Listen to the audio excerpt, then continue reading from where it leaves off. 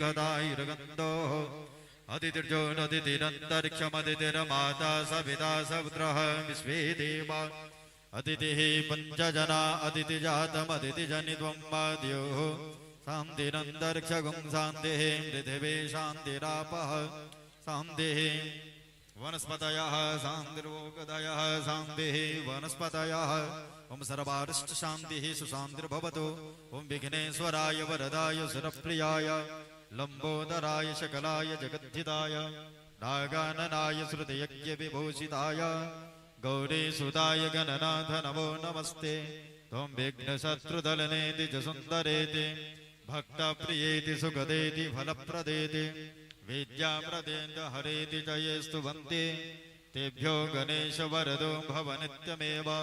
ओ नमस्ते ब्रह्मरूपाय विष्णुरूपाय ते नमः नमस्ते रुद्ररूपाय करिरूपाय ते नमः विश्वरूपस्वरूपाय नमस्ते ब्रह्मचारिणे भक्तप्रियाय देवाय नमस्तुभ्यं विनायक लंबोदरं नमस्तुभ्यं सततं मोदकप्रिय निर्विघ्नं कुरु मे देव सर्वकार्येषु सर्वदा वक्रतुण्ड महाकाय सूर्यकोटि समप्रभ निर्विघ्नं कुरु मे देव सर्वकार्येषु सर्वदा सर्वविघ्न विनाशाय सर्वकल्याण हेतवे पार्वती प्रियपुत्राय श्री गणेशाय नमो नमः। सर्वबाधा विनिर्मुक्तो धनधान्य सुदान्विता मनुष्यो मत प्रसादेन भविष्यति न संशयः। शरणागति हरे देवे नारायणे नमोस्तुते। ओम शांति शांति शांति सुशांतिर्भवतु ओम सर्वारिष्ट शांतिर्भवतु ओम यम आरंभ शुभाय भवतु ओम श्री मंगलमूर्तये नमः।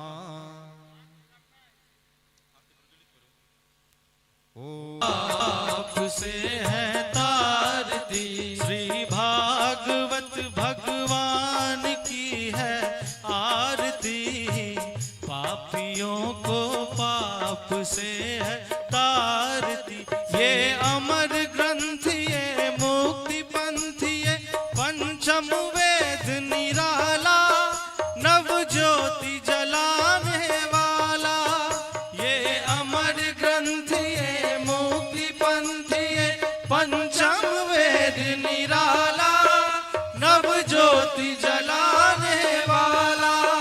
हरि नाम यही हरि धाम यही हरि नाम यही हरि धाम यही जग के मंगल की आरती पापियों को पाप से है तारती श्री भागवत भगवान की है आरती पापियों को पाप से है तारती।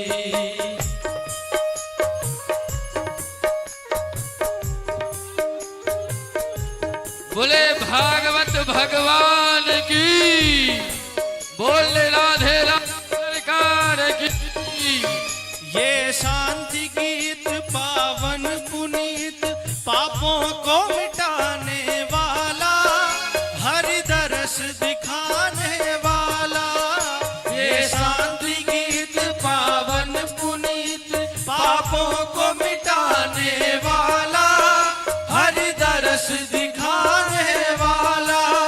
यह सुख करनी यह दुख हरनी यह सुख करनी यह दुख हरनी श्री मधुसूदन की आरती पापियों को पाप से है तारती श्री भागवत भगवान की है आरती पापियों को पाप से है तारती।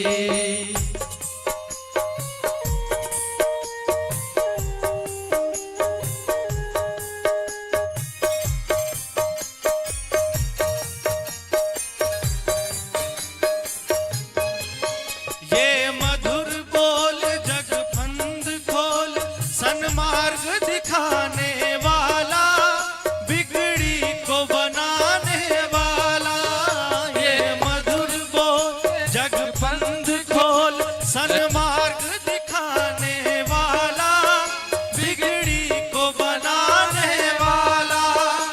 श्री राम यही घनश्याम यही, श्री राम यही घनश्याम यही प्रभु की महिमा की आरती। पापियों को पाप से है तारती, श्री भागवत भगवान की है आरती। पापियों को पाप से है तारती, श्री भागवत भगवान की है आरती। पापियों को पाप से है तारती, श्री भागवत भगवान की है आरती। पापियों को पाप से है तारती। बोले भागवत भगवान की।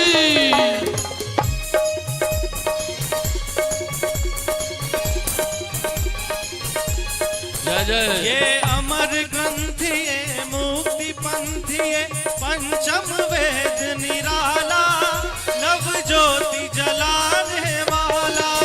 ये अमर ग्रंथ ये मुक्ति पंथ ये पंचम वेद निराला, नव ज्योति जलाने वाला। हरि नाम यही हरि धाम यही, हरि नाम यही हरि धाम यही, जग के मंगल की आरती। पापियों को पाप से तारती, श्री भागवत भगवान की है आरती। पापियों को पाप से है तारती। पापियों को पाप से है तारती, पापियों को पाप से है तारती। हरे कृष्णा कृष्ण कृष्ण हरे हरे, हरे रामा राम राम हरे हरे। हरे कृष्णा कृष्ण कृष्ण हरे हरे, हरे राम राम राम हरे हरे। राधे राधे राधे राधे राधे राधे बोलो, राधे राधे राधे राधे राधे राधे बोलो, राधे राधे राधे राधे राधे राधे बोलो, राधे राधे राधे राधे राधे राधे बोलो, राधे राधे राधे राधे राधे राधे बोलो, राधे राधे राधे राधे राधे राधे बोलो, राधे राधे राधे राधे राधे राधे बोलो, राधे राधे राधे राधे राधे राधे बोलो। इदमारार्तिं ते भूमौ निधाय जलेन शिथिलीकरणम् इदमारार्तिं ताजनं जलं समर्पयामि सर्वे वायुतमस्तित पूजित देवी देवता से श्री राधा कृष्णाभ्यां नमः भगवन्नां स्वरूपिण्ये पुराण सम्राट श्रीमद्भागवत महापुराणाय नमः। देवाभिवन्दनं देवाभिवन्दनं वै देवाभिवन्दनम् आत्माभिरक्षणम् आरार्तिक्यं ग्रहणम् हस्तप्रचालनमस्य पुष्पाण्यादाय पुष्पाञ्जले देवाभिर्पये। हरिः ओम्। जगेन जगमयजन्त देवासानि धर्माणि प्रथमानि आसन्नादेहना कंबहबाणः ससन्त यत्र पूर्वे शाध्याः सन्ति देवाः। हरिः ओम्। सेवन्ति कावकुलचम्पकपाटलाब्जे पुन्नगजातिकरवीररसालपुष्पे बिल्वं प्रबालतुलसीदलमञ्जरेभे त्वां भोजयामि जगदीश्वर मे प्रसीद। नानासुगन्धिपुष्पाणि यथा कालोद्भवानि च पुष्पाञ्जलिर्मया दत्तं गृहाणां परमेश्वर। मन्त्रपुष्पाञ्जलि समर्पयामि साङ्गसदशवाहन सपरिवार सर्वे वायुवस्थित पूजित देवी देवतासं श्री राधा कृष्णाभ्यां नमः भगवन्नां स्वरूपिण्ये पुराण सम्राट श्रीमद्भागवत महापुराणाय नमः। प्रेम से श्री वृंदावन बिहारी लाल की जय हो, कुलदेव की जय हो, राजेश्वरी राधा रानी की जय हो, भागवत महापुराण के जय हो, महाराज के जय हो, समाज के जय हो, नगर बस्ती के जय हो, हनुमान जी महाराज के जय हो, शंकर भगवान के जय हो, जननी जगदम्बा के जय हो। जय जय श्री राधे प्रेमानंद निताय गौर हरि बोल। भगवान की जय। हर हर महादेव। आओ भक्तजन, महाराज जी के आगमन हमरा सबके बीच में बहुत चुकल है और सबसे पहले छिन्नमस्तिका पूजा समिति के माननीय सचिव महोदय, आदरणीय श्री ऋषिकेश लाल जी माननीय सचिव महोदय, सबसे पहले पंडित श्री कुंज बिहारी जी महाराज जी के जे अपन मिथिला के हमरा सबके परंपराएं जे एल आगंतुक के हम सब पहले सम्मान करे छियन, तो पहले मां छिन्नमस्तिका पूजा समिति के सचिव महोदय से आग्रह करे छियन जे अपने आबी और महाराज जी के जे सम्मान के कार्यक्रम में उस सम्मान महाराज जी के अपने करियौन अंगवस्त्र और मिथिला के जे धरोहर है मिथिला पेंटिंग सब सजल पाग सो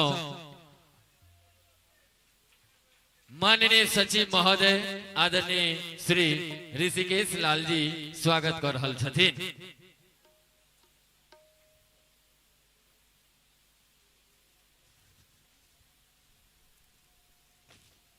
संगे महाराज जी के द्वारा से हो सचिव महोदय के राधा नाम के ए अनुपम आशीर्वाद आदरणीय सचिव महोदय जी के प्राप्त भेलन है। बोल दे भागवत भगवान की। संगे आदरणीय मां छिन्नमस्तिका पूजा समिति के कोषाध्यक्ष आदरणीय श्री उमेश लाल दास जी से आग्रह करबेन जे अपने उपस्थित भ और हमार जतेक वादक लोकन और संगत कलाकार लोकन सबके अपने सम्मान जरूर करियन। चूंकि सबसे पहले हमार मंच पर में संगीतक सशक्त हस्ताक्षर आदरणीय राम बहादुर जी उपस्थित है। सबसे पहले उनका मिथिला के सम्मान संगे आदरणीय मुकुंद मिश्रा जी उत्कृष्ट गायक हमरा सबके बीच उपस्थित है। माननीय सचिव कोषाध्यक्ष महोदय के तरफ से इस सम्मान और एक बेर अपना हो सब चाहब के एक बार जोरदार ताली बजाकर लालपुर के प्रांगण में आई श्रीमद् भागवत कथा के आई प्रथम दिवस है और अपने सबके उत्साह देख को ये अद्भुत लग रहा संगे हमरा सबके बीच पूरा 7 दिवस तक श्रीमद् भागवत कथा में अपन संपूर्ण टीम के संग उपस्थित भेल छथि आदरणीय मोहित खंडेवाल जी हुनक सम्मान और आदरणीय मोहित खंडेवाल जी के सम्मान हम पूजा समिति के सचिव महोदय जी से आग्रह करे जे अपने आदरणीय मोहित खंडेवाल जी के अपने स्वागत करियो।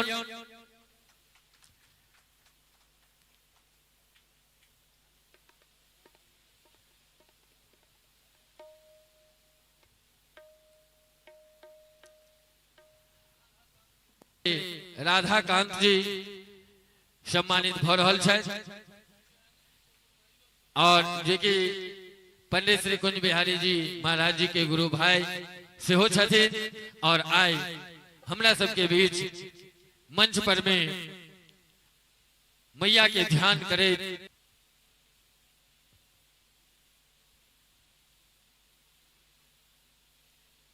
सब गोटे के बहुत बहुत स्वागत अभिनंदन करे।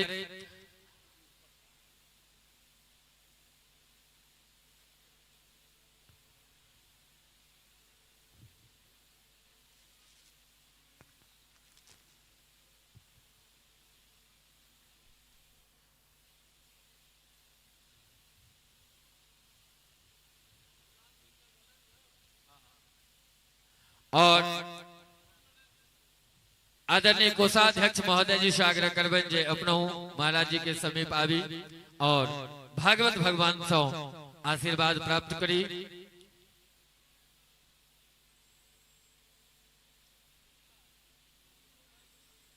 और संगे आदरणीय श्री सतीश कुमार लाल जी, वरिष्ठ सदस्य मां छिन्नमस्तिका पूजा समिति लालपुर के प्रांगण में, संगे मां छिन्नमस्तिका पूजा समिति के पूर्व सचिव महोदय आदरणीय श्री सरवन लाल जी, जे की मुख्य जजमान छायत और जजमान सबसे पहले भागवत भगवान के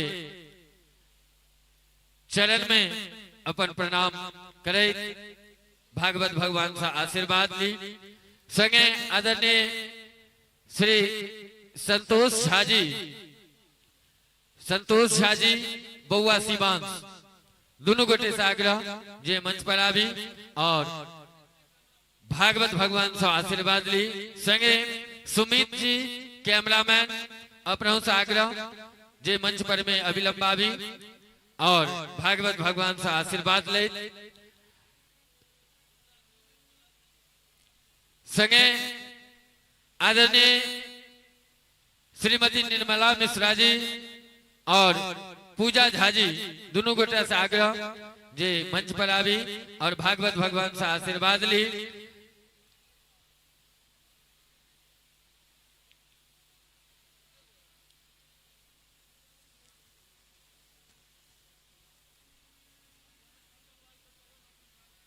और आज प्रथम दिवस के कथा प्रारंभ होब सब पहले आदरणीय मोहित खंडेवाल जी अपन संपूर्ण टीम के संग उपस्थित है। तो आओ सबसे पहले हम सब सनातन धर्म में कोनो भी देवी देवता के पहले आवाहन करे छियन, तो सबसे पहले गणेश जी महाराज के आवाहन करे छियन। तो सबसे पहले एक गणेश वंदना के अद्भुत प्रस्तुति लक हमरा सबके बीच उपस्थित भ रहल छै। संगे उमेश साउंड दरभंगा जे कि इ प्रांगण इ पूरा क्षेत्र अपन लाइट और साउंड पंडाल पूरा इस क्षेत्र के मैया के दरबार के राधा रानी के दरबार के जगमगेने छै।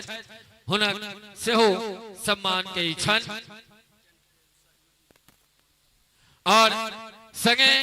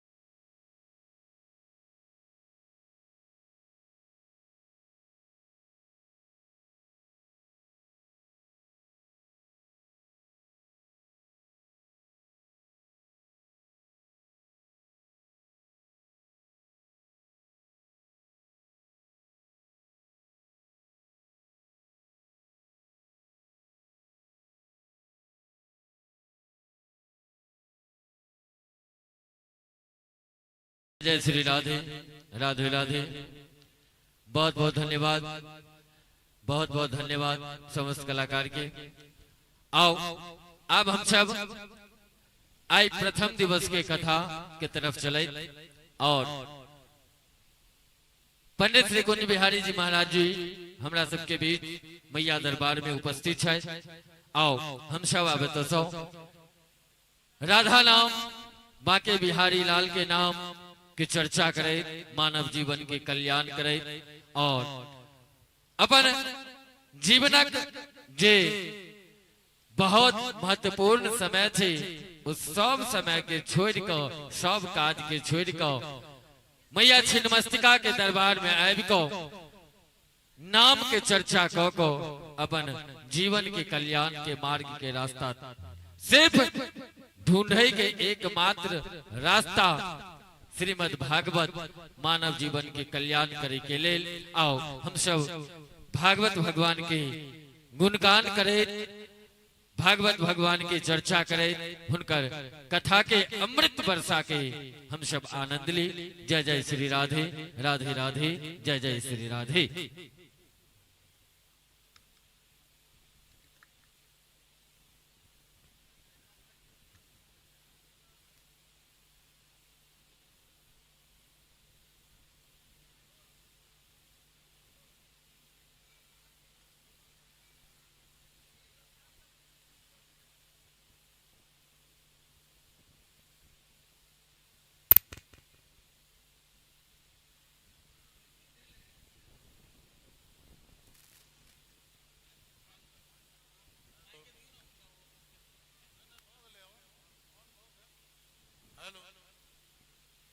हेलो राधे राधे राधे राधे राधे राधे राधे राधे राधे राधे राधे राधे राधे राधे राधे राधे राधे बेस कम करके हल्का ट्रेवल बढ़ाइए। राधे राधे रहने दीजिए। राधे राधे बोले प्रेम से छिन्न मस्तिका मैया की जय। अपने अपने माता पिता की जय हो। अपने अपने गुरुदेव भगवान की जय हो। नगर देवता की जय हो।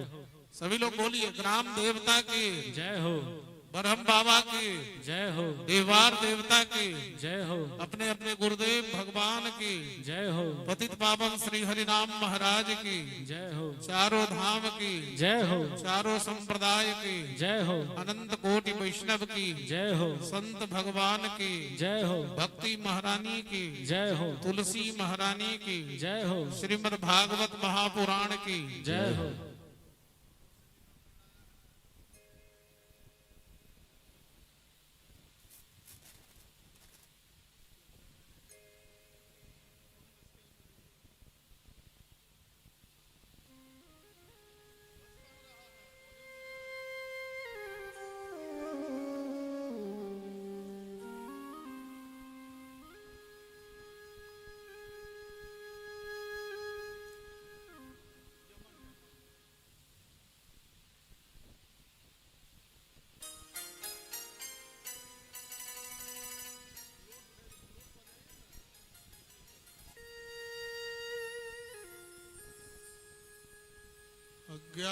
अज्ञानतिमिरान्धस्य ज्ञानाञ्जनशलाकया चक्षुरुन्मीलितं येन तस्मै श्रीगुरुवे नमः। अखण्डमण्डलाकारं व्याप्तं येन चराचरम् तत्पदं दर्शितं येन तस्मै श्रीगुरुवे नमः। अखण्डमण्डलाकारं व्याप्तं येन चराचरम् तत्पदं दर्शितं येन तस्मै श्रीगुरुवे नमः। कस्तूरीतिलकं ललाटपटले वक्षस्थले कौस्तुभं नासाग्रे वरमौक्तिकं करतले वेणुकरे कङ्गनम् सर्वांगे हरिचंदनम सुललितम कंठे च मुक्तावली गोपस्त्री परवेष्टितो विजयते गोपाल चूड़ामणि फूलेंदी वरकांत बिंदु बदनम बरहासतम सौप्रियम श्रीवत्सांगमुदार कौस्तुभधरम पीतांबरम सुंदरम गोपीनां नयनोत्पलार्चित तनु गोगोपसंहावृतम गोविंदं कलवीणुवादन परम दिव्यंग भूषं भजे जन्माद्यस्य यतोन्मयादितरतश्चार्थस्य भिभ्यः स्वराट् तेने ब्रह्म हृदाय आदिकवये मोहयन्ति यत्सूरयः तेजो वारिमृतं यथा विनिमयो यत्र त्रिसर्गो मृषा धाम्ना स्वेन सदा निरस्तकुहकं सत्यं परं धीमहि धर्मः प्रोज्झितकैतवत्र परमो निर्मत्सराणां सदामवेद्यमवास्तवमत्र वस्तु शिवतं तापत्रयोन्मूलनम् श्रीमद्भागवते महामुनिकृते किंबा परीरीश्वरः सद्यो हृद्यवर्धते त्रिकृतभेषु श्रोतवेदक्षणात् निगमकल्पतरोर्गलितं फलं सुखमुखादमृतद्रवसंयुतं पिबत भागवतं रसमालयं मुहुर्मुहुः रसिका भुवि भावुका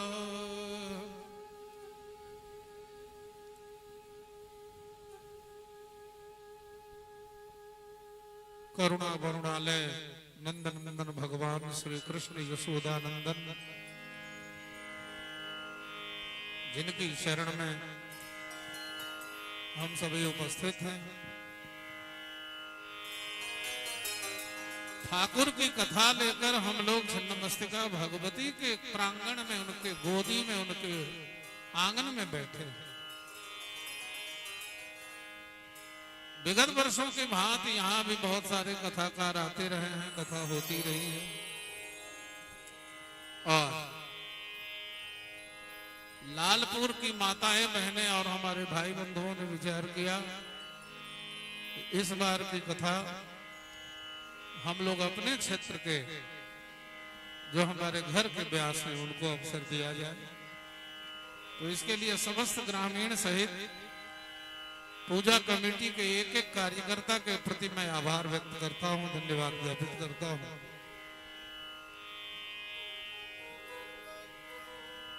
कहा गया है कि होनहार बिरबान के होत चीख ले बात, जहां कल्याण निश्चित संभव है वहां ही श्री कृष्ण की कथा होती। श्री कृष्ण वांग्मय रूप अक्षरात्मक ब्रह्म की रूप में श्रीमद् भागवत के एक एक अक्षर में श्याम सुंदर साक्षात प्रकट है।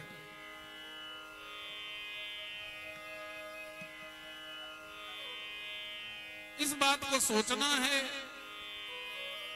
कि हम जो मानव शरीर में आए हैं मेरा उद्देश्य क्या है, मैं किस उद्देश्य से आया हूं, मैंने जन्म क्यों लिया है। तो कहा मेरा जन्म हुआ है भगवान की सेवा करने के लिए, उनकी आराधना करने के लिए, उनका भजन करने के लिए, दूसरे जीवों पर दया करने के लिए, करुणा करने के लिए।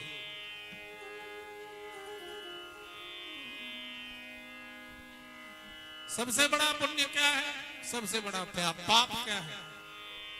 कहा अष्टादश पुराणेषु व्यासस्य वचनं द्वयम् परोपकाराय पुण्याय पापाय परपीडनम्।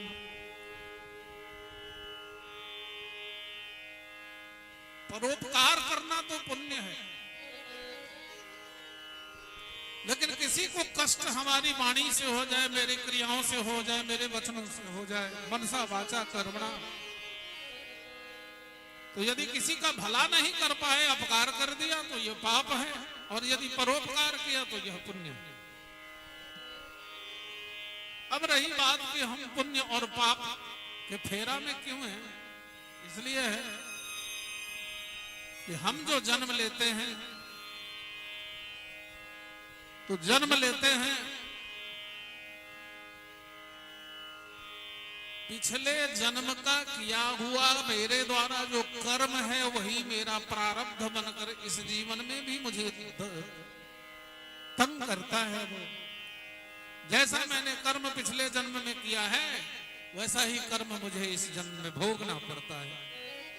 और इस जन्म में आते ही हम अपने बाप माँ परिवार पत्नी बाल बच्चे समाज स्वजन बंधु कुटुंब परिवार सबको अपना मान लेते हैं और तदजन्य क्रिया करने लगते हैं। उनकी खुशी के लिए परिश्रम करते हैं, धन इकट्ठा करते हैं, उस धन का दान नहीं करते। श्रीमद् भागवत महापुराण में वर्णित गृहस्थाश्रम के अनुसार से अपने मेहनत से कमाए हुए फलों का हम उपयोग नहीं करते। तो भैया भागवत जी भगवान ने भागवत का स्वरूप लेकर संतों की वाणी से व्यास की वाणी से जीव के कान द्वारा उनके हृदय तक यह मैसेज पहुंचाने का काम ठाकुर जी ही करते हैं कि तू कहां भटक गया है।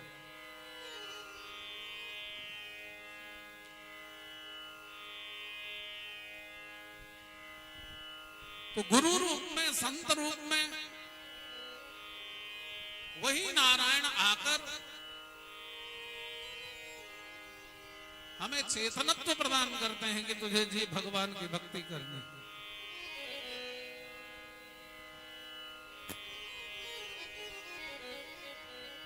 तो गुरु से निवेदन करना चाहिए,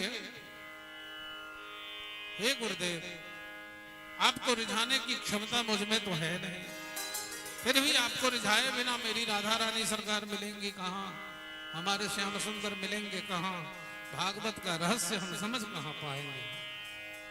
इसलिए चले गुरुदेव की शरण में। इस योग्य हम कहां हैं गुरुवर तुझे रिझाए, इस योग्य हम कहाँ हैं गुरुवर तुझे रिझाए, इस योग्य हम कहाँ हैं गुरुवर तुझे रिझाए, इस योग्य हम कहाँ हैं गुरुवर तुझे रिझाए, फिर भी मना रहे हैं, फिर भी मना रहे हैं, शायद तू मान जाए, इस योग्य हम कहाँ हैं गुरुवर तुझे रिझाए, इस योग्य हम कहाँ हैं गुरुवर तुझे रिझाए। जरा दोनों हाथ उठा के अपने अपने गुरुदेव भगवान की जयकारा बोलिए, प्रेम से बोले गुरुदेव भगवान की जय हो। जय हो।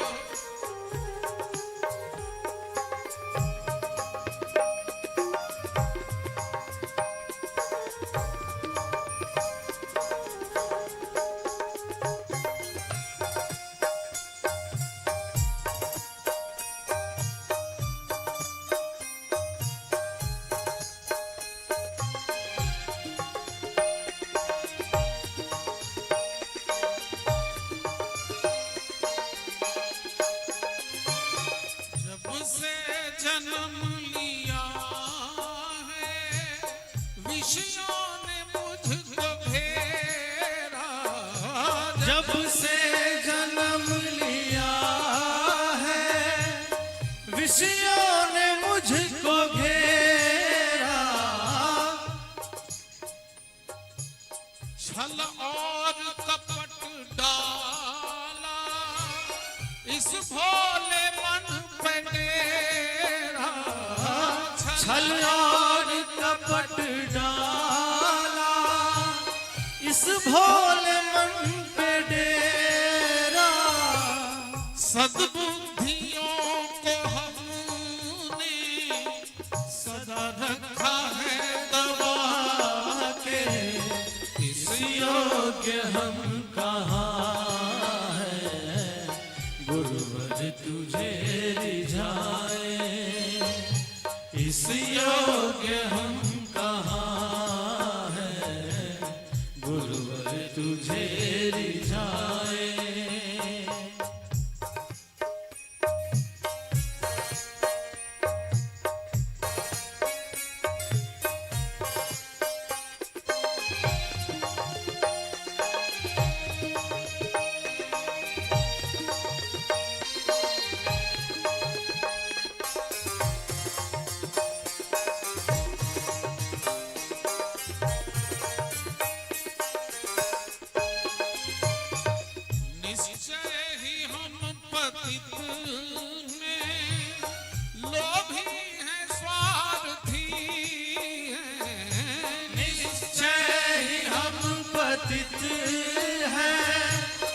लोभी है स्वार्थी है। तेरा ध्यान जब लगाए माया पुकारती है। तेरा ध्यान जब लगाए माया पुकारती है। सुख भोगने की इच्छा कभी तृप्त हो न पाए। इस योग्य हम कहाँ हैं, गुरुवर तुझे रिझाए। इस योग्य हम कहाँ हैं, गुरुवर तुझे रिझाए। देखिए, गुरु माता भी होती है, गुरु पिता भी होते हैं, गुरु क्लास में पढ़ाने वाले भी हैं, और जीवन में जिससे हमने अच्छी बात सीखी वो भी हमारे गुरु हैं। हमारे दत्तात्रेय जी, उन्होंने 21 गुरु बनाया, जिससे कुछ प्राप्त किया उसे गुरु बना दिया। और इस लालपुर में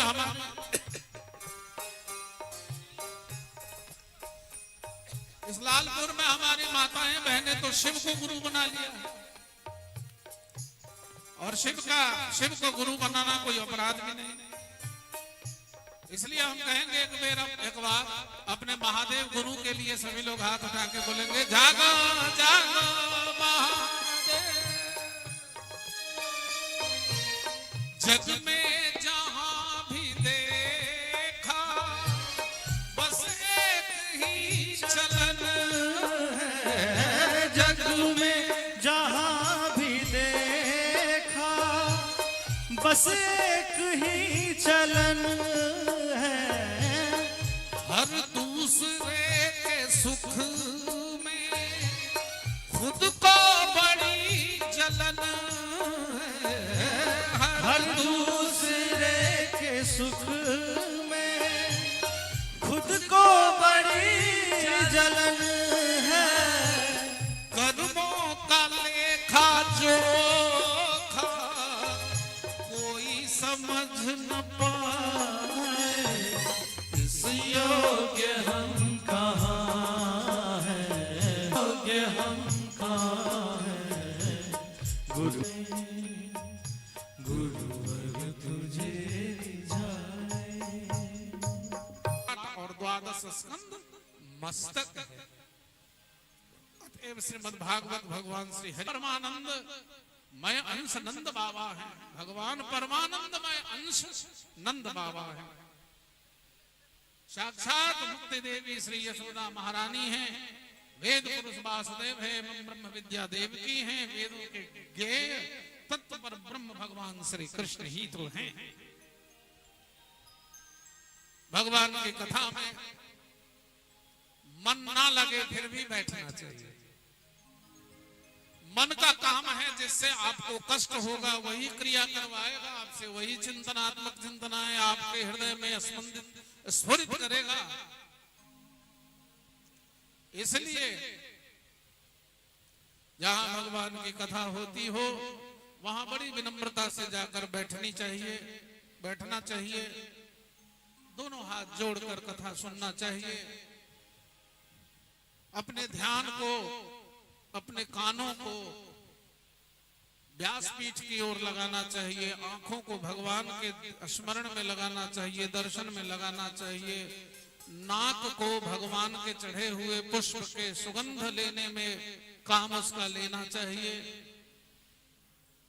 कान से श्रवणेंद्रिय है, इसलिए भगवान की मधुरमय कथा का श्रवण कान से करना चाहिए। हाथ से ठाकुर की सेवा करनी चाहिए और पैर से चलकर मंदिरों तक जाना चाहिए।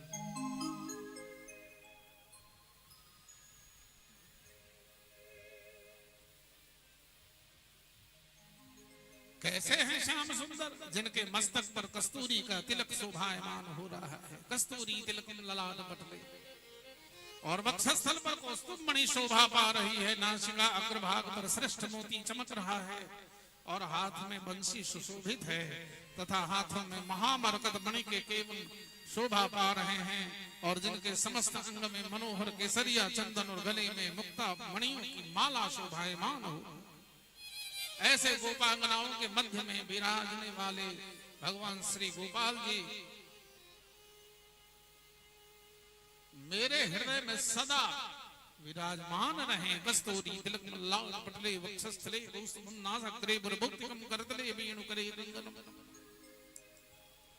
ये हैं कैसे, कितने मधुर हैं।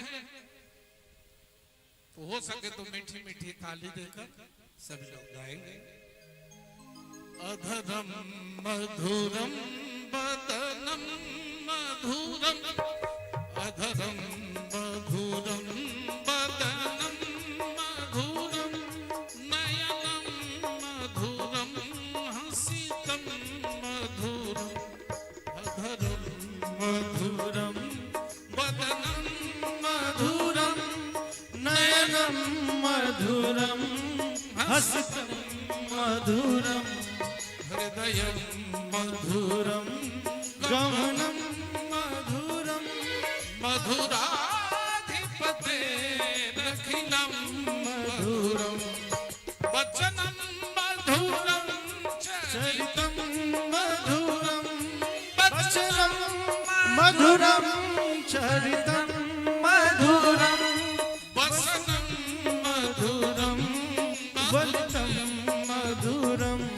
चलितम मधुरम भ्रमितम मधुरम, मधुराधिपते रखिलम मधुरम,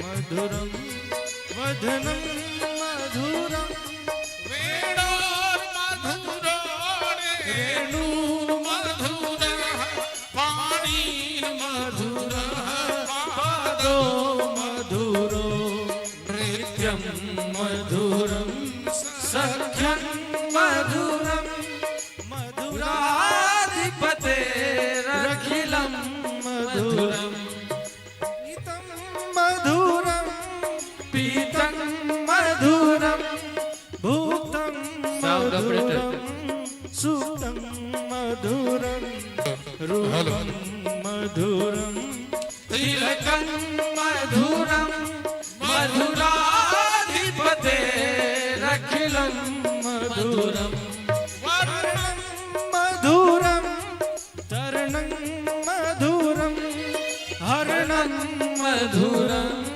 स्मरणं मधुरं, वमितं मधुरं शमितं मधुरं, मधुराधिपतेरखिलं मधुरं, गुंजा मधुरा माला मधुरा, यमुना मधुरा वीची मधुरा, सलिलं मधुरं कमलं मधुरं, मधुराधिपतेरखिलं मधुरं, गोपी मधुरा लीला मधुरा, गोपी मधुरा लीला मधुरा, युक्तं मधुरं मुक्तं मधुरं, द्रष्टं मधुरं शिष्टं मधुरं, मधुराधिपतेरखिलं मधुरं, गोपा मधुरा गावो मधुरा, गोपा मधुरा गावो मधुरा, यष्टि मधुरा सृष्टि मधुरा, दलितं मधुरं फलितं मधुरं, मधुराधिपतेरखिलं मधुरं, मधुराधिपतेरखिलं मधुरं, मधुराधिपतेरखिलं मधुरं। हेलो श्रीमद् भागवत की अमृत कथा ही भक्ति ज्ञान और वैराग्य से शुरू होती है। कलयुग के जीवों पर अपनी अमृतमयी कृपा की वर्षा करने के लिए और कलयुग के जीवों पर अपनी अमृतमयी कृपा की वर्षा करने के लिए और इस कलिकाल के प्राणियों की बहु कामनाओं की पूर्ति करने तथा मोक्ष का मार्ग दिखलाने के लिए ही इस परमहंसीय संहिता का निर्माण पराशर नंदन महर्षि श्री वेदव्यास जी ने किया। किनकी प्रेरणा से किया आगे बताऊंगा। नारद जी की प्रेरणा से। हम सभी इस कलयुग के जीवों को महाराज परीक्षित को कोटि कोटि प्रशंसा करना चाहिए, उनकी धन्यवाद कहना चाहिए, जिनके पूर्वजों पर भगवान की पूर्ण कृपा थी और स्वयं गर्भ में ब्रह्मास्त्र से परीक्षित की रक्षा की। और इसी कलयुग में राजा कलि के प्रभाव के कारण महाराज परीक्षित की बुद्धि भ्रमित हो गई और उन पर अचानक विपदा आन पड़ी। उस आपातकालीन स्थिति में अपने भक्त पर कृपा करने के लिए भगवान रूपी अमर कथा का व्यास नंदन श्री सुखदेव जी के द्वारा पाम कवरा करवाया।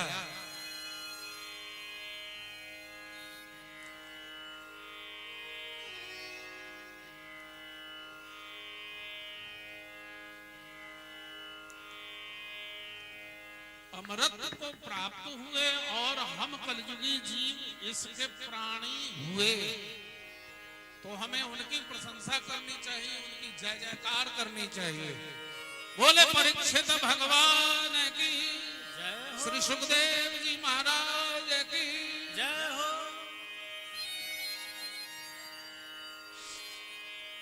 श्रीमद्भागवतम नाम पुराणम लोक विश्रुतम श्रृणुयाच्छद्रयायुक्तो मम संतोष कारणम। लोक विख्यात श्रीमद् भागवत नामक पुराण का प्रतिदिन श्रद्धा युक्त होकर श्रवण करना ही मेरे संतोष का कारण है। जो मनुष्य प्रतिदिन भागवत पुराण का पाठ करता है उसे एक एक अक्षर के उच्चारण के साथ कपिला गोदान करने का पुण्य प्राप्त होता है। एक अक्षर भी भगवान भागवत जी का जो पाठ करता है, ध्यान से सुनेंगे, भागवत जी का पाठ नित्य करने वाला एक एक कदम चलता है मानो कपिला गौल दान करने का उसे फल मिलता है। जो मनुष्य प्रतिदिन भगवान के आधे श्लोक या चौथाई श्लोक का भी पाठ करता है अथवा सुनता है उसे 1000 गाय दान करने का फल मिलता है।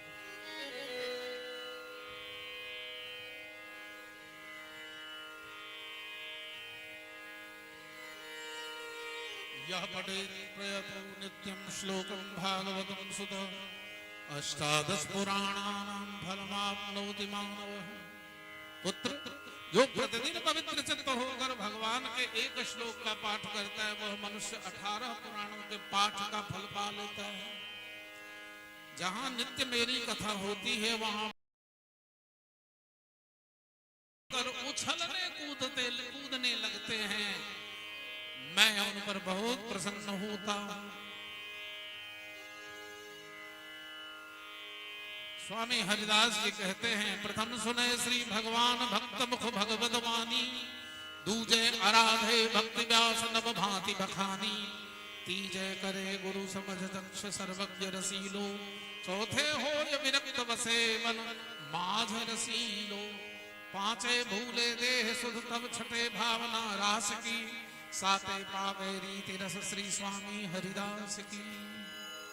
स्वामी हरिदास जी कहते हैं, प्रथम अमृतमयी भागवत की कथा भगवान भक्त के ही मुख से सुने।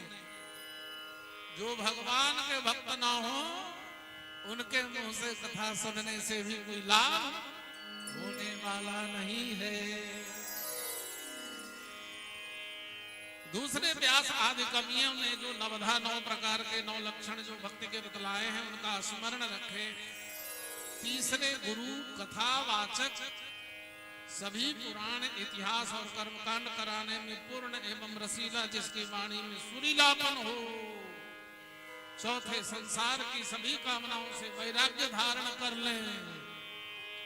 पांचवें अपने देह की सुध को भुला दें और तब छठे भगवान श्री कृष्ण की रासलीला का ध्यान करें।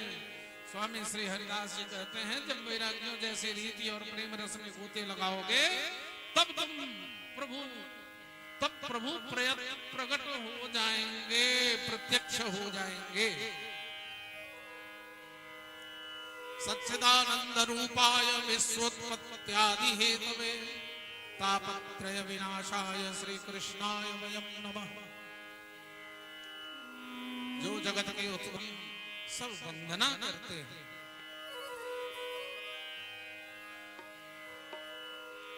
और कृष्ण प्रसन्न कैसे होते हैं? तो जब राधा और कृष्ण के समवेत युगल रूप में चैतन्य महाप्रभु के नाम का हम गान करते हैं, तब वो श्याम सुंदर प्रकट होते हैं। इसलिए हमारे महाराज जी ने एक बच्चे को दीक्षा दिया, हाँ निताई गौर की दीक्षा दी। यह पढ़ने से नाम भगवान की कृपा तुम पर होगी, तब तुम्हारे जीवा पर नाम भगवान उच्चरित होंगे। और जब चैतन्य देव प्रसन्न हो जाएंगे तो राधा रानी और श्याम सुंदर ऐसे ही प्रसन्न। बोले चैतन्य महाप्रभु की जय हो। जो गा सकते हो गाइएगा। श्री कृष्ण चैतन्य प्रभु नित्यानंद हरे कृष्ण हरे राम श्री राधे गोविंद। श्री कृष्ण चैतन्य प्रभु नित्यानंद हरे कृष्ण हरे राम श्री राधे गोविंद। जय राधे जय कृष्ण जय वृंदावन। जय राधे जय कृष्ण जय वृंदावन। नित्यानंद गौर प्रभु पतित पावन। श्री नित्यानंद गौर प्रभु पतित पावन। श्री राधा कुंड श्याम कुंड गिरि गोवर्धन। मधुर मधुर बंशी बाजे से वृंदावन। राधा कुंड श्याम कुंड गाई गौर हरि मधुर मधुर बंशी बाजे से वृंदावन। श्री कृष्ण चैतन्य प्रभु नित्यानंद दयालु नित्यानंद कृपालु नित्यानंद दीन बंधु नित्यानंद गोविंद बाबा नित्यानंद माधव सारण नित्यानंद प्रेमदाता नित्यानंद गौर भ्राता नित्यानंद प्राणदाता नित्यानंद। हरे कृष्ण हरे राम श्री राम हरे कृष्ण हरे राम श्री राधे गोविंद। हरे कृष्ण श्री कृष्ण चैतन्य प्रभु नित्यानंद हरे कृष्ण हरे राम श्री राधे गोविंद। श्री कृष्ण प्रभु नित्यानंद हरे कृष्ण हरे राम श्री राधे गोविंद। श्री कृष्ण चैतन्य प्रभु नित्यानंद हरे कृष्ण हरे राम श्री राधे गोविंद। राधे गोविंद राधे गोविंद। नारद जी कहते हैं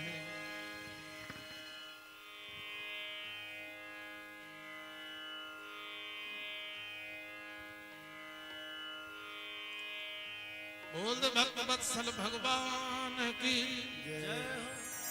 नारद जी कहते हैं हे सुमुखी, कलि के समान कोई युग नहीं है। इस कलयुग में मैं तुम्हें घर घर में प्रत्येक मानव के हृदय में स्थापित कर दूंगा। देखो अन्य सब धर्मों को त्याग कर और भक्ति रूप विषयक महोत्सव में प्रस्तुत करके यदि मैंने इस मृत्यलोक में तुम्हारा प्रचार न किया तो मैं भगवान श्री हरि का दास नहीं। इस कलयुग में जो लोग भक्ति से युक्त होंगे वे पापी होने पर भी भगवान संकीर्तन से ही भगवान श्री कृष्ण के चरण बिंद को प्राप्त कर लेंगे।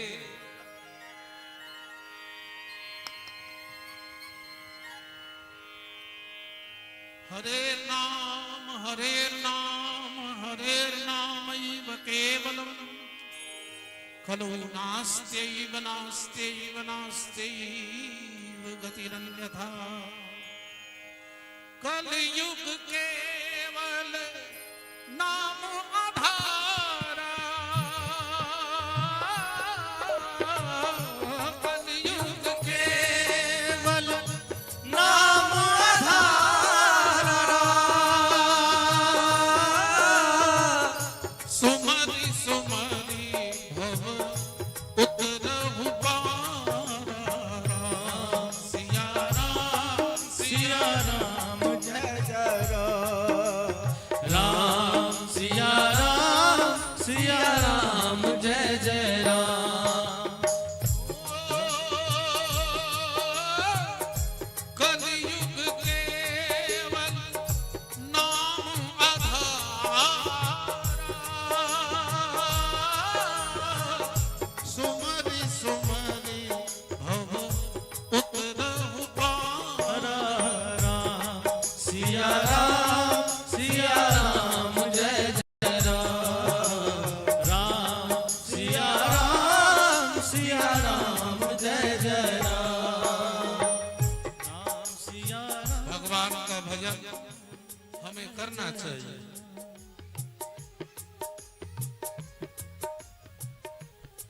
भगवान का भजन हमें करना चाहिए, भगवान की भक्ति हमें करनी चाहिए। सूत जी कहते हैं, हे सौनक जी, भक्ति के ऐसे भाव भरे वचन सुनकर नारद जी को बड़ी करुणा आई और वे अपने हाथों से हिला डुला कर उन्हें जगाने लगे।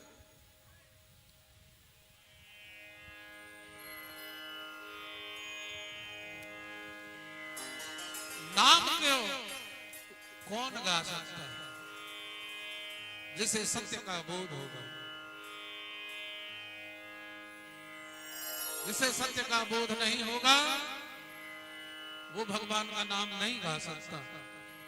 हमारे पूज्य पिता नित्य लीला प्रविष्ट दासानुदास कृष्ण भक्त गोलोकवासी पंडित रामनंदन मिश्र जी ने लिखा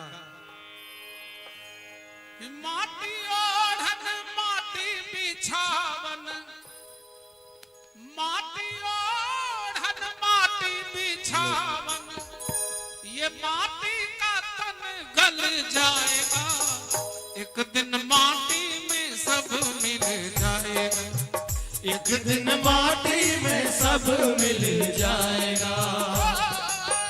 माटी ओढ़न माटी बिछावन, माटी ओढ़न माटी बिछावन, माटी का तन गल जाएगा, एक दिन माटी में सब मिल जाएगा, एक दिन माटी में सब मिल जाएगा।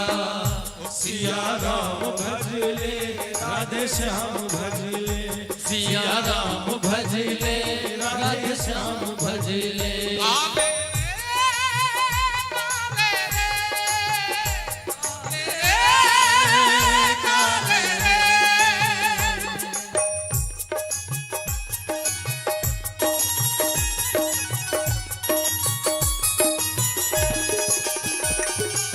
जरा ताली बजा के सभी लोग गाइए।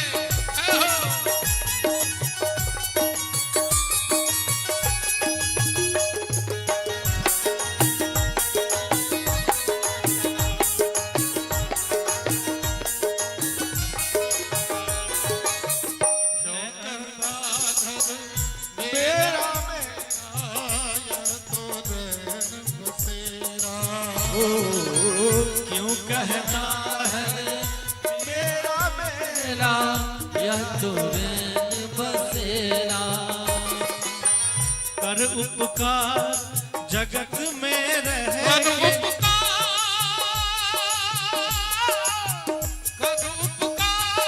जगत में रहेंगे, कर उपकार जगत में रहेंगे, यही साथ तेरे जाएगा, ओ भैया यही साथ तेरे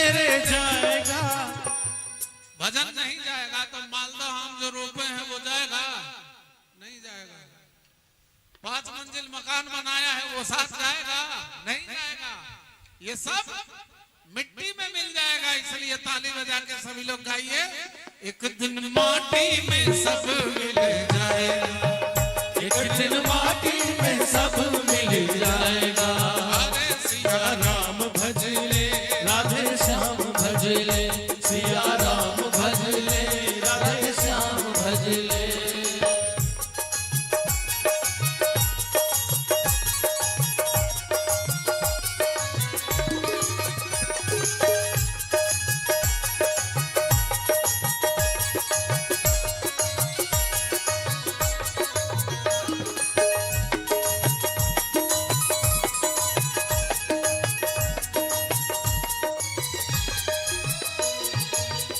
है अनमोल ये मानव देहिया, हरि से प्रीत लगा ले रे।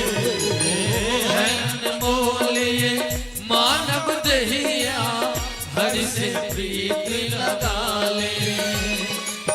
सोना चांदी रतन अमोलक, सोना चांदी रतन अमोलक, यही पड़ा रह जाएगा।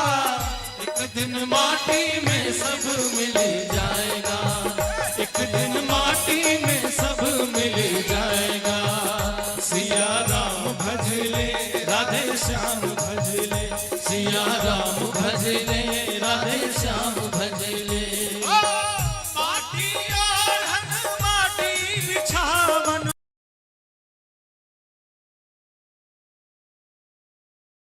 जगत में मुट्ठी बांध के आया, जगत में खुला हाथ चला जाएगा। एक दिन माटी में सब मिल जाएगा, चारों बगल से एक दिन माटी में सब मिल जाएगा। जय हो सिया राम भज ले, राधे श्याम भज ले, सिया राम भज ले, राधे श्याम भज ले। काले रे, काले रे, काले रे, काले रे, काले रे, काले रे, काले रे। सिया राम भज ले, राधे श्याम भज ले, सिया राम भज ले, राधे श्याम भज ले, सिया राम भज ले, राधे श्याम भज ले, सिया राम भज ले, राधे श्याम भज ले, सिया राम भज ले, राधे श्याम भज ले, सिया राम भज ले, राधे श्याम भज ले। सिया राम भज ले, राधे श्याम भज ले। बोले पतित पावन श्री हरिनाम महाराज की जय हो।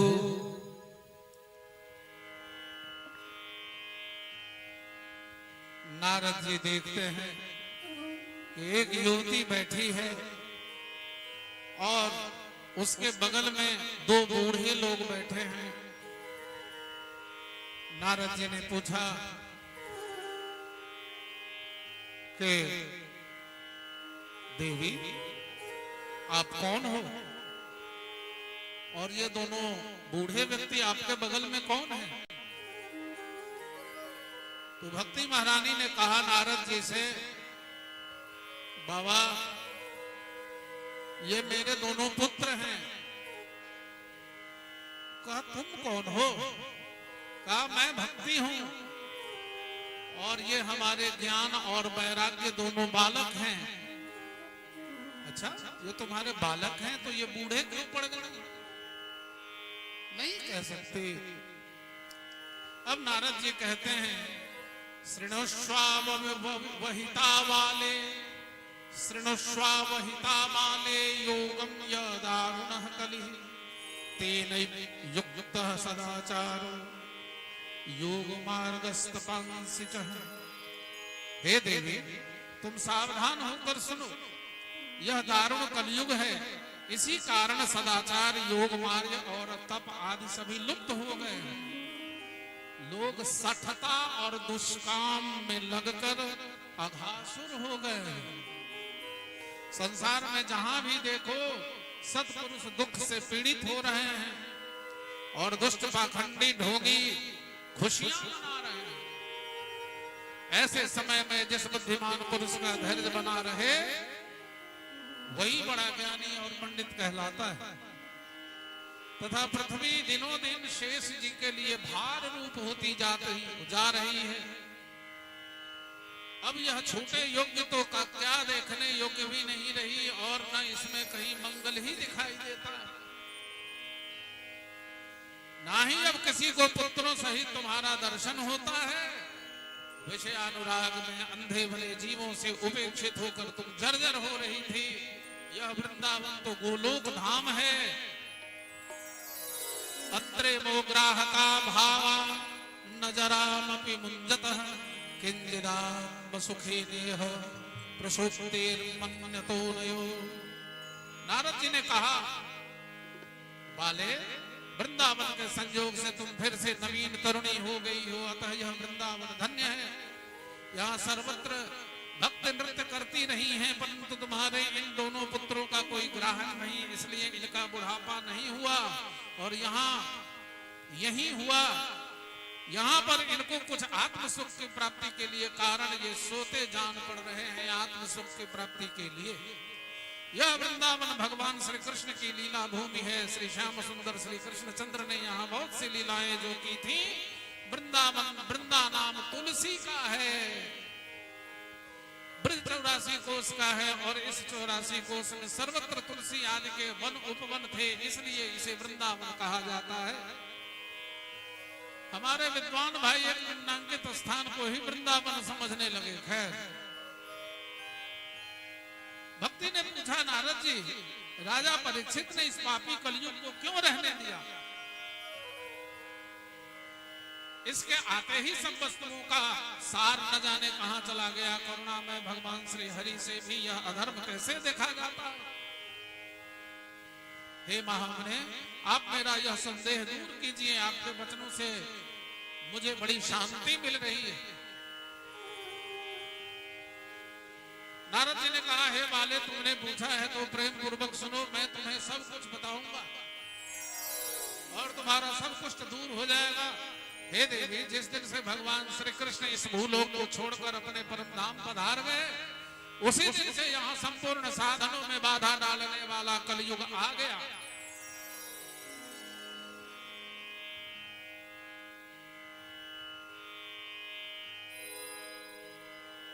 हे देवी, तुमने जो मुझसे पूछा, परीक्षित ने इस कलयुग में को क्यों रहने दिया, अब मैं उसे सुनाता हूँ। दिग्विजय के समय राजा परीक्षित की दृष्टि पड़ने पर कलयुग दीन के समान उनकी शरण में आ गया। भ्रमर के समान सारगाही राजा ने यह निश्चय किया कि इसका वध मुझे नहीं करना चाहिए, क्योंकि जो फल तपस्या योग और समाधि से भी नहीं मिलता, वह इस कलयुग में केवल भगवान श्री हरि के कीर्तन मात्र से ही भली भांति मिल जाता है। हरेर नाम केवलम कलौ नास्त्यैव नास्त्यैव नास्त्यैव गतिरन्यथा। कलयुग में भगवान का नाम जप छोड़ के इससे बड़ा कोई विधान नहीं है। इस प्रकार सारहीन अनुष्ठानों की खान होने पर भी सारग्राही राजा परीक्षित ने इसे छोड़ दिया, रहने दिया। श्रीमद् भागवत के 7वें स्कंद की कथा में राजा युधिष्ठिर ने भी सदाचार के विषय में नारद जी से पूछा है।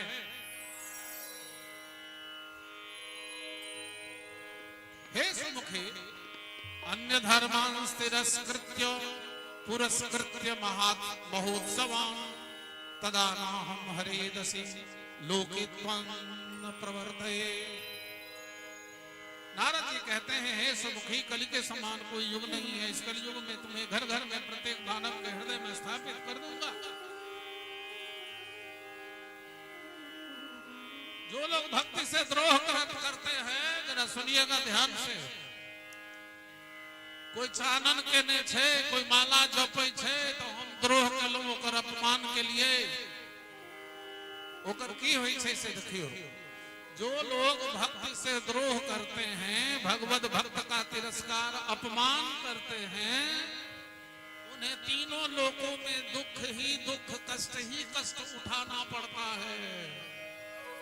जैसे पूर्व काल में भगवत भक्त राजा अम्बरीश का तिरस्कार करने के कारण महर्षि दुर्वासा को बड़ी कष्ट उठाना पड़ा, अंत में भक्त का ही सहारा हुआ। उसी प्रकार यह भक्त अम्बरीश दुर्वासा चरित्र की कथा नवम स्कंद की कथा में आता है। सूत जी कहते हैं, हे सौनक जी, भक्ति के ऐसे भाव भरे वचन सुनकर नारद जी को बड़ी करुणा आई और वे अपने हाथों से हिलाकर उन्हें जगाने लगे। उनके कान के पास जाकर जोर से कहा, हो ज्ञान जल्दी उठो, हो वैराग्य जल्दी उठो, परंतु वे नहीं जागते। तब नारद ने वेद ध्वनि की और गीता का पाठ सुनाया।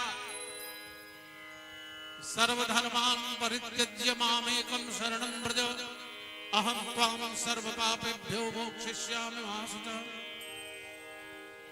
इस प्रकार बहुत उद्योग करके उन्हें जगाया। ये उठकर बैठे तो हो गए, परंतु फिर भी ये दोनों बार बार हाफी ले रहे थे। तब नारद जी ने वेद ध्वनि की। ये उठकर बैठे तो हो गए, परंतु फिर भी दोनों बार बार जमाई ले रहे थे। आलस आदि के कारण इनकी आंखें न खुल रही थी ज्ञान और वैराग्य की। सफेद बगुले जैसे इनके बाल हैं, सूखे काठ की तरह जिनका शरीर जैसे बहुत दिनों से सूख गया, पीढ़ा ही न हो। यह सब देखकर नारद जी सोचने लगे कि मुझे क्या करना चाहिए।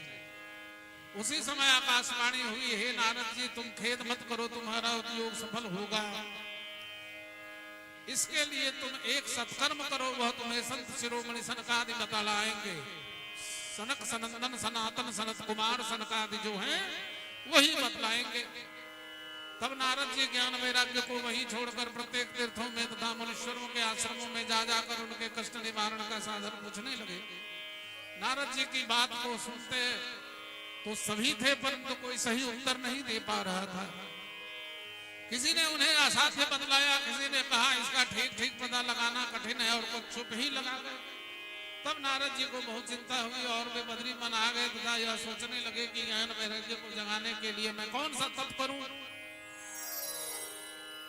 उसी समय करोड़ों सूर्य के समान तेजस्वी सनकादि मुनीश्वर दिखाई दिए। उन्हें देखकर नारद जी ने कहा, हे महात्माओं, इस समय बड़े भाग्य से ही आप लोगों से समागम हुआ है।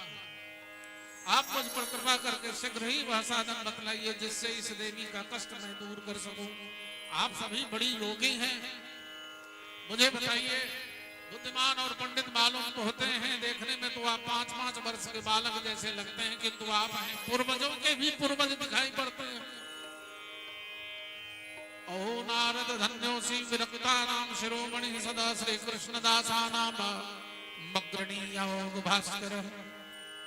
सनकादियों ने कहा, नारद जी आप धन्य हैं, आप विरक्तों के शिरोमणि हैं और आप भक्ति आदि के लिए जो उद्योग कर रहे हैं वो आपके लिए कोई आश्चर्य की बात नहीं है। भगवान के भक्तों के लिए तो भक्ति की स्थापना सदा ही उचित है। आपको आकाशवाणी में जिस सत्कर्म का संकेत दिए हैं उसे प्रसन्न होकर सुनिए। सनकादि ने कहा, नारद जी यह भागवत पुराण वेदों के समान ही है। श्री वेद व्यास ने इसे भक्ति ज्ञान और वैराग्य की स्थापना के लिए ही स्थापित किया है।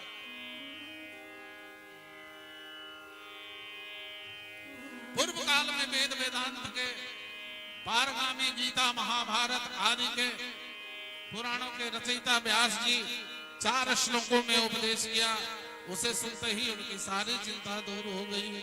इसलिए अब आप उन्हें शोक और दुख का नाश करने वाले श्रीमद् भागवत में भगवान की कथा सुनाइए। यह सुनकर नारद जी उन कुमारों की विनती करने लगे, हे मुनीश्वरों, आपका दर्शन ही जीवों के संपूर्ण पापों को नष्ट कर देता है और जो संसार रूपी दुख के दावानल से तपे हुए उन पर शीघ्र ही शांति की वर्षा होने लगती है। सनत कुमार ने कहा, आप बड़े विनीत हैं, सुनिए। हरिद्वार के पास एक आनंद नाम का घाट है, वहां बड़े बड़े ऋषि मुनि और सिद्ध रहते हैं। बड़ा ही सुंदर और शांति का स्थान है। नारद जी जहां कहीं भी भागवत की कथा होती है वहां भक्ति और भक्त अपने आप पहुंच जाते हैं। जो भक्त होंगे वो भागवत की कथा में खुद से चलकर आ जाएंगे। यह श्री भगवान की कथा सुनने मात्र से ही तीनों पुत्र तरुण हो जाएंगे। इस भागवत पुराण की कथा कहने वाला सर्वप्रथम किसी भी विष्णु स्वामी संप्रदाय के आचार्य से दीक्षित हो। सर्वप्रथम किसी भी विष्णु स्वामी संप्रदाय के आचार्य से दीक्षित हो, ईश्वर में विश्वास हो, भगवान का भक्त हो, सरल एवं शुद्ध विचार वाला हो। नारद जी भगवान की कथा तो सदा सर्वदा भक्ति और मुक्ति देने वाली है, फिर भी सप्ताह श्रवण की विधि को सुनने वाले मनुष्य को चाहिए कि कथा के समय से पूर्व संध्या बंधन आदि नित्य कर्म कर लेने चाहिए, कम से कम बोलना चाहिए, कथा जितने दिन हो व्रत रखना चाहिए और सात्विक भोजन करना चाहिए, गौ ब्राह्मण और अपने यहाँ आए अभ्यागत का सत्कार करना चाहिए तथा ब्रह्मचर्य का पालन करना और भूमि या चौकी पर आसन बिछाकर शयन करानी चाहिए। सनकादिक ऋषि कहते हैं जो मनुष्य अंत समय में श्री भगवान का वाक्य सुन लेता है उसी जीव पर प्रसन्न होकर भगवान उसे वैकुंठ धाम दे देते हैं, और जो पुरुष उन्हें सोने के सिंहासन में विराजमान करके विष्णु भक्त को दान कर देता है वह अवश्य ही भगवान का सायुज्य प्राप्त कर लेता है। संसार में श्रीमद् भागवत की कथा का मिलना बहुत कठिन है।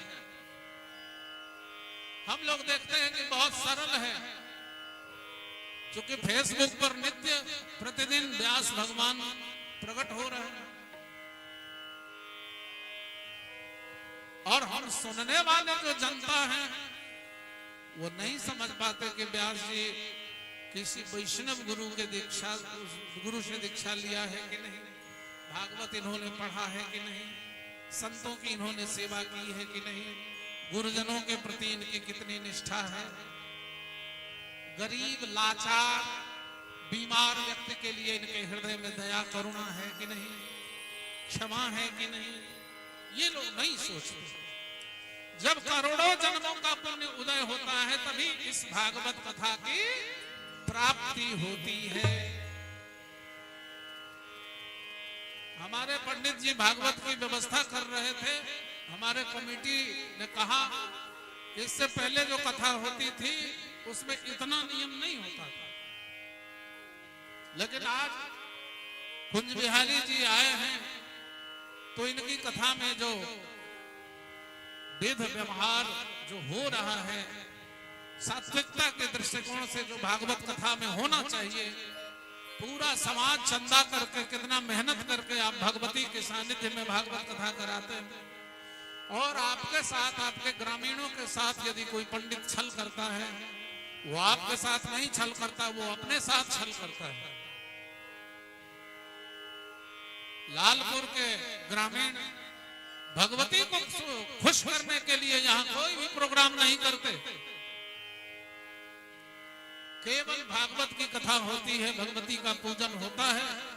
ऐसे समाज को धन्यवाद देते हैं कि आपकी ये लगन ऐसे ही लगी रहे, उत्तर उत्तर समाज का विकास होता रहे।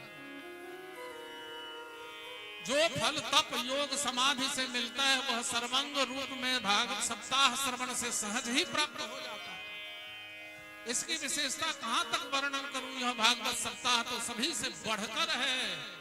इसके सुनने के लिए भगवान श्री कृष्ण की भक्ति में विश्वास होना चाहिए। कृष्ण की भक्ति में विश्वास, भवानी शंकर बंदो श्रद्धा विश्वास रूपिणो, तो श्रद्धा और विश्वास होना चाहिए। इस कलयुग में बहुत दिनों तक चित्त की वृत्ति को बस में रखना, नियमों का पालन करना, किसी पुण्य कार्य के लिए अधिक दिनों तक दीक्षित रहना बहुत ही कठिन है। इसलिए ऋषियों ने सप्ताह की विधि कही कि 7 दिन की भागवत कथा सुनो जिससे तुम्हारा कल्याण हो जाएगा। सौनक जी ने पूछा, हे सूत जी, यह तो आपके बड़े आश्चर्य की बात कही आपने। अवश्य ही यह भागवत पुराण योग विद्ता ब्रह्मा जी के भी आदि कारण भगवान श्री नारायण का निरूपण करता है, परंतु यह मोक्ष की प्राप्ति में ज्ञान आदि सभी साधनों का तिरस्कार करके इस युग में उनसे भी कैसे बढ़ गया।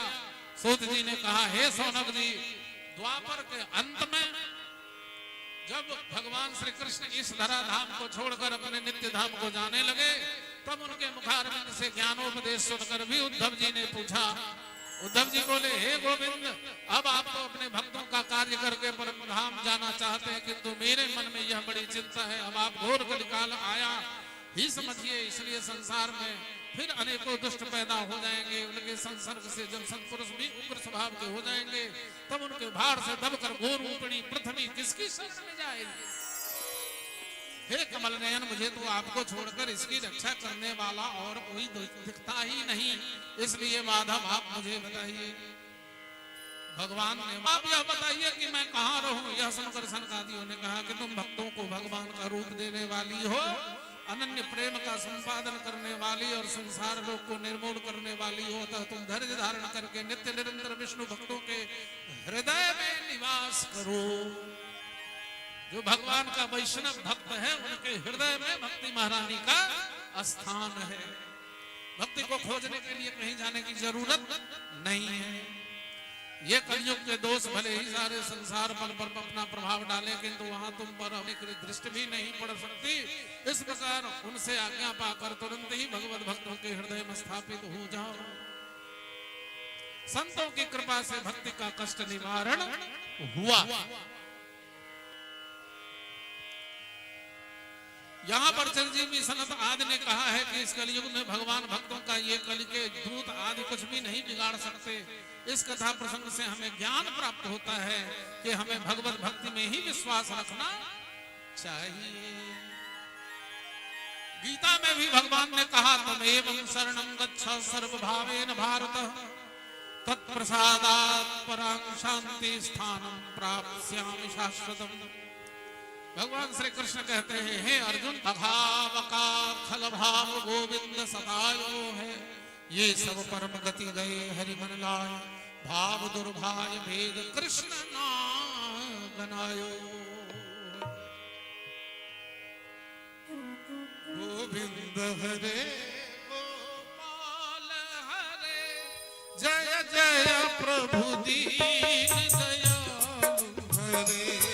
गोविंद हरे गोपाल हरे, जय जय प्रभु दीन दयाल हरे।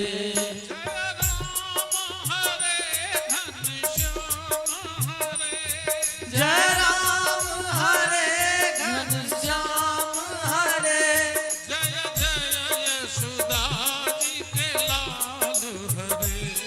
जय जय यशोदा जी के लाल हरे।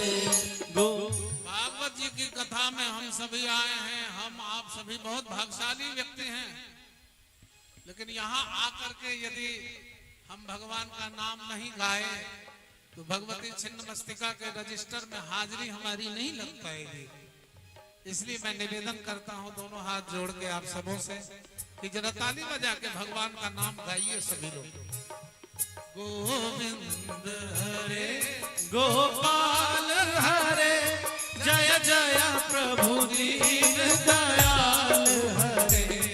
गोविंद हरे गोपाल हरे, जय जय प्रभु दीन दयाल हरे। जय राम हरे जय राम हरे घनश्याम हरे, जय जय दशरथ जी के लाल। जय जय दशरथ जी के लाल हरे।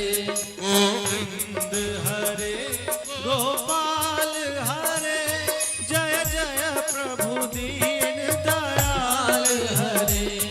गोविंद हरे गोपाल हरे, जय जय प्रभु दीन दयाल हरे। गोविंद हरे गोपाल हरे, जय जय प्रभु दीन दयाल हरे। बोल पतित पावन श्री हरिनाम महाराज की जय। सनकादि कहते हैं, नारद जी अब तुम्हें इस विषय में एक प्राचीन इतिहास सुनाते हैं, उसके सुनते ही सब पाप नष्ट हो जाएंगे। पूर्व काल में तुंगभद्रा नदी के किनारे पर एक अनुपम नगर बसा हुआ था। वहां सभी वर्षों के लोग अपने अपने धर्म का पालन करते हुए सत्य और सत्कर्म में तत्पर हो रहे थे।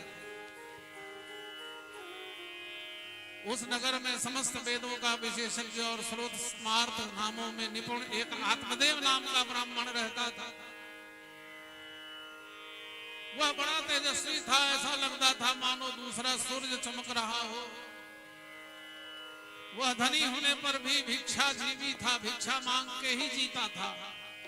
अपनी प्यारी पत्नी कुलीन और सुंदर होने पर भी अपनी बात पर अड़ जाने वाली थी। उनकी पत्नी बहुत जिद्दी थी, वो अपने बातों पर अड़ जाया करते थे।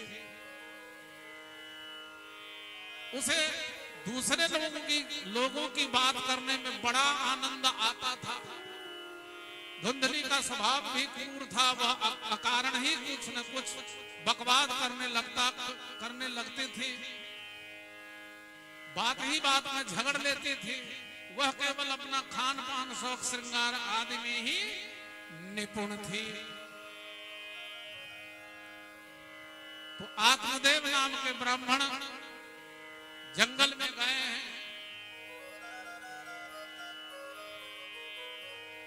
और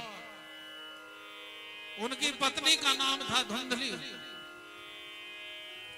बेचारे आत्मदेव को उससे किसी प्रकार का सुख न था और उनके कोई संतान भी नहीं थे। संतान प्राप्ति के लिए उन्होंने बहुत से पुण्य कर्म किए, दीन दुखियों को अन्न वस्त्र गौ पृथ्वी आदि दान दी। इस प्रकार उन्होंने धर्म कार्य में बहुत धन लगा दिया। फिर भी उन्हें पुत्री या पुत्र का मुख देखने को नहीं मिला। एक दिन वह ब्राह्मण बहुत दुखी होकर घर से वन की ओर निकल पड़ा। चलते चलते दोपहर हो गई, उन्हें बहुत तेज की प्यास लगी थी, इसलिए वह एक तालाब पर आए।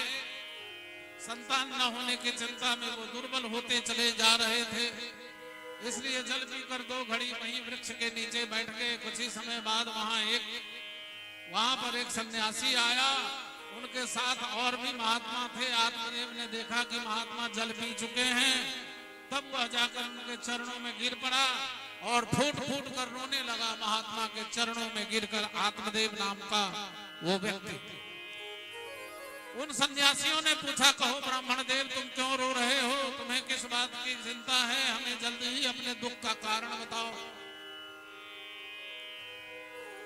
आत्मदेव ने कहा, महात्मा जी, मैं अपने दुखों का क्या वर्णन करूं। पूर्व जन्म के पापों के कारण अब मेरे पितर मेरी दी हुई जलांजलि के जल को खास कर सांस खींच कर ग्रहण करते हैं। देवता ब्राह्मण आदि अब मेरा दिया हुआ दान भी नहीं लेते प्रसन्न होकर। संतान के लिए मैं इतना दुखी हो गया हूं कि मुझे अब सब कुछ सूना सूना दिखाई पड़ता है और अब मैं प्राण त्यागने के लिए यहाँ आया हूं। और महाराज, संतानहीन जीवन को धिक्कार है, संतानहीन घर को धिक्कार है, संतानहीन धन को धिक्कार है और संतानहीन कुल को धिक्कार है। हे साधु, मैं जिस गाय को पालता हूं वह गाय भी सर्वथा बांझिन रहती है, वह भी बच्चे नहीं देती।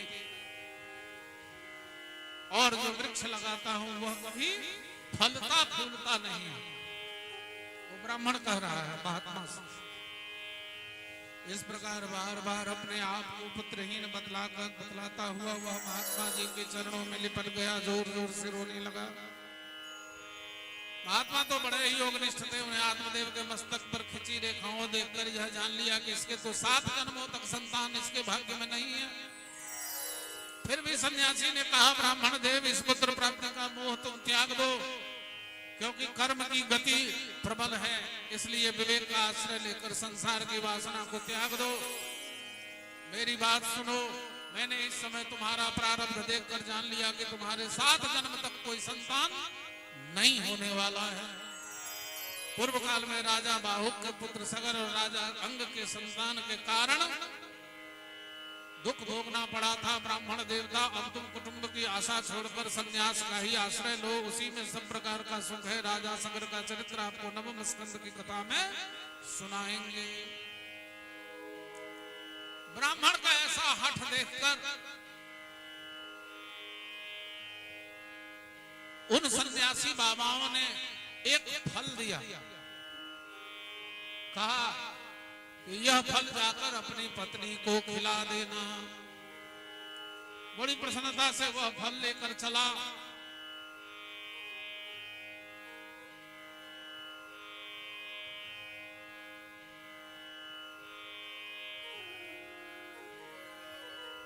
फल देकर महात्मा जी ने कहा आत्मदेव जी से, इसे तुम अपनी पत्नी को खिला देना, इससे उसके एक पुत्र होगा और तुम्हारी स्त्री को 1 साल तक सत्य, शौच, दया, दान और एक समय ही अन्न खाने का विधान रखना चाहिए।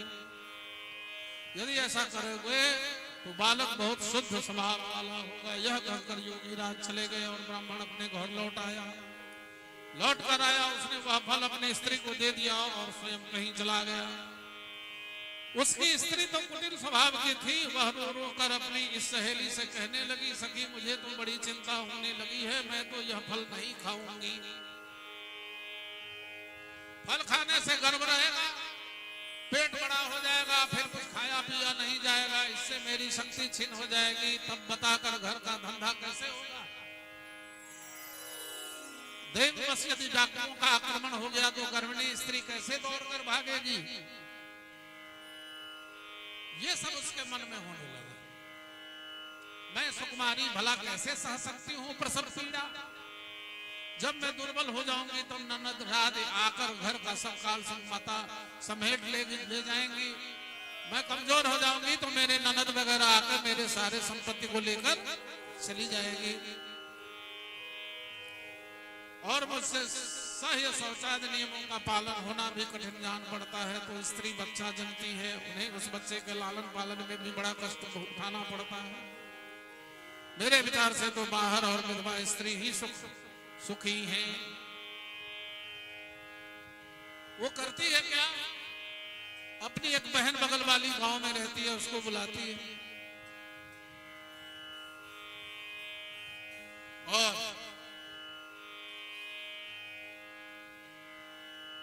वो आती है तो कहती है, तू चिंता ना कर मेरी बहन, तुम चिंता ना कर, मेरे पेट में बच्चा है, प्रसव होने पर बालक मैं तुझे जो दे दूंगी, तब तक तुम गर्भवती के समान घर में गुप्त रूप से सुख से रह।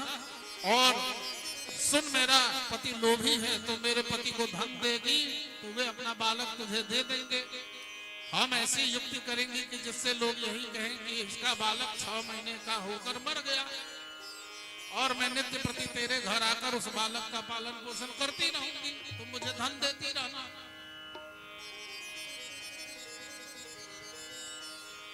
यही हुआ। वह करती है क्या, वह सन्यासी का दिया हुआ फल जो दरवाजे पर गाय बंधी थी उस गाय को खिला दी और खुद नहीं खाई। अपनी बहन को से जो वार्ता हुई, अब घर में नाटक करने लगी कि मेरे पेट में बच्चा है। उसके पेट में भी बच्चा था, अपने पति को कहकर वो तैयार की हुई है। अब जब बच्चा हुआ तो रातों रात लाकर धुंधली को दे देती है, ससुराल में हल्ला कर देती है कि मेरा बच्चा मर गया। अब आती है यहाँ इसके बच्चे को दूध पिलाती है। तो चूंकि धुंधली का बेटा था इसलिए उस बच्चे का नाम धुंधकारी रखा गया।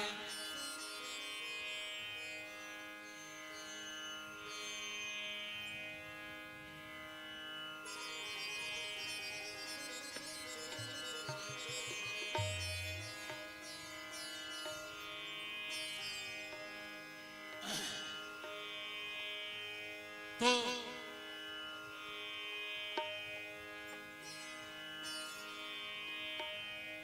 अब वो बच्चा दे देती है। इधर भी हल्ला हुआ घर में कि आत्मदेव जी को बालक हुआ, खुशियां मनाने लगे, लोग मिठाइयां बांटने लगे।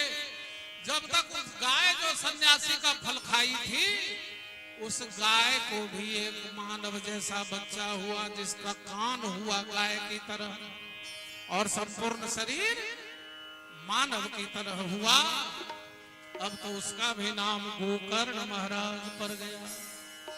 बोले गोकर्ण महाराज की।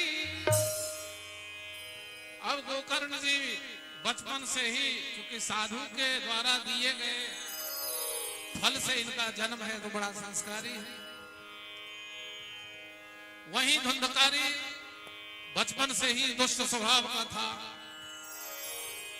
शिवांश की कथा सुनना है तो बचपन से ही वो दुष्ट स्वभाव का था। धुंधकारी कौन था? धुंधकारी था उसका नाम। वो क्या करता था, इतना बड़ा बदमाश था कि छोटे छोटे बच्चों को कुएं में गिरा देता था, बूढ़े बुजुर्ग को गिरा देता था, पोखरे में नदियों में ठेल देता था। और जब लोग कुएं में गिर के मरने लगता था, वह हंस हंस के आनंद लेता था। अपने पिता को भी प्रताड़ित करने लगा था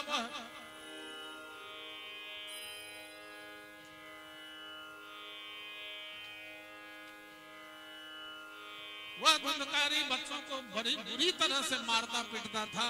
यदि कोई उसकी शिकायत करता था, उसकी माँ अपने बेटे की तरफदारी करने लगती, उसकी माँ भी बेटे की तरफ से ही लड़ने लगती थी। कालक्रम बीतता गया और वह धुंधकारी वेश्याओं से विवाह कर लिया, फिर बाद में दूसरी वेश्याओं से, फिर तीसरी वेश्याओं से, 3-4 वेश्याओं से शादी उसने कर ली। और उसके साथ रहने लगा वो धुंधकारी। अब 3-3 पत्नियां हैं, 4-4 पत्नियां हैं, तो उसके लिए धन इकट्ठा करने लगा, चोरी करने लगा, डकैती करने लगा। एक दिन की घटना है कि बहुत बड़े राजा के यहाँ डकैती करके सारा सामान माल लूट के चला आया। उन वेश्याओं को दिया। वेश्याओं ने सोचा उसकी पत्नी कि इतने बड़े राजा के यहाँ यह चोरी करके दुष्टता से लाया है, अब राजा तो राजा ही ठहरा, राजा यदि अपना सिपाही भेजेगा, मेरे घर में धन पकड़ाएगा, तो इस धुंधकारी को भी ले जाएगा, धन भी ले लेगा, हम लोगों को मारपीट भी करेगा। उनकी सभी पत्नियों ने क्या किया, धुंधकारी की पत्नी सब मिल के इसका गला दबा के मार दिया। अब मारकर इसके लूटे हुए धन को लेकर भाग गई। अब तो धुंधकारी मर गया।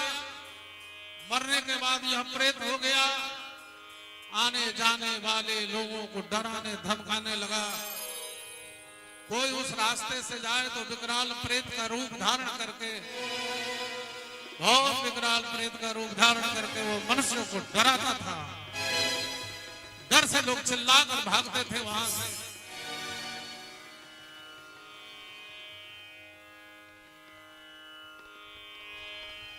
कुछ दिनों के बाद गोकर्ण जी आए, बहुत सारे तीर्थ करके आए। गोकर्ण जी रात्रि के समय अपने नगर को आए, दूसरों की दृष्टि से बचते बचाते सीधे अपने घर के आंगन में सोने के लिए पहुंचे। वहां पर अपने भाई गोकर्ण को सोया हुआ देख धुंधकारी ने अपना बड़ा विकट रूप दिखाया। धुंधकारी ने बड़ा विकट रूप गोकर्ण जी को दिखाया, अपने भाई को डराता है। और गोकर्ण जी आंगन में सोए हुए हैं, उनको डराता है वह प्रेत।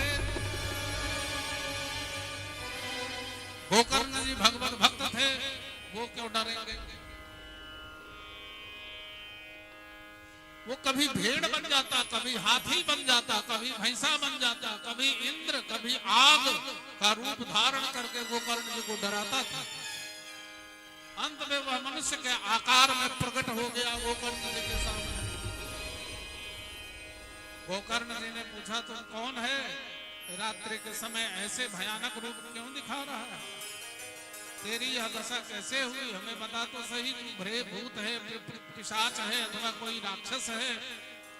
सूत जी कहते हैं गोकर्ण के इस प्रकार पूछने पर वह बार बार जोर जोर से रोने लगा।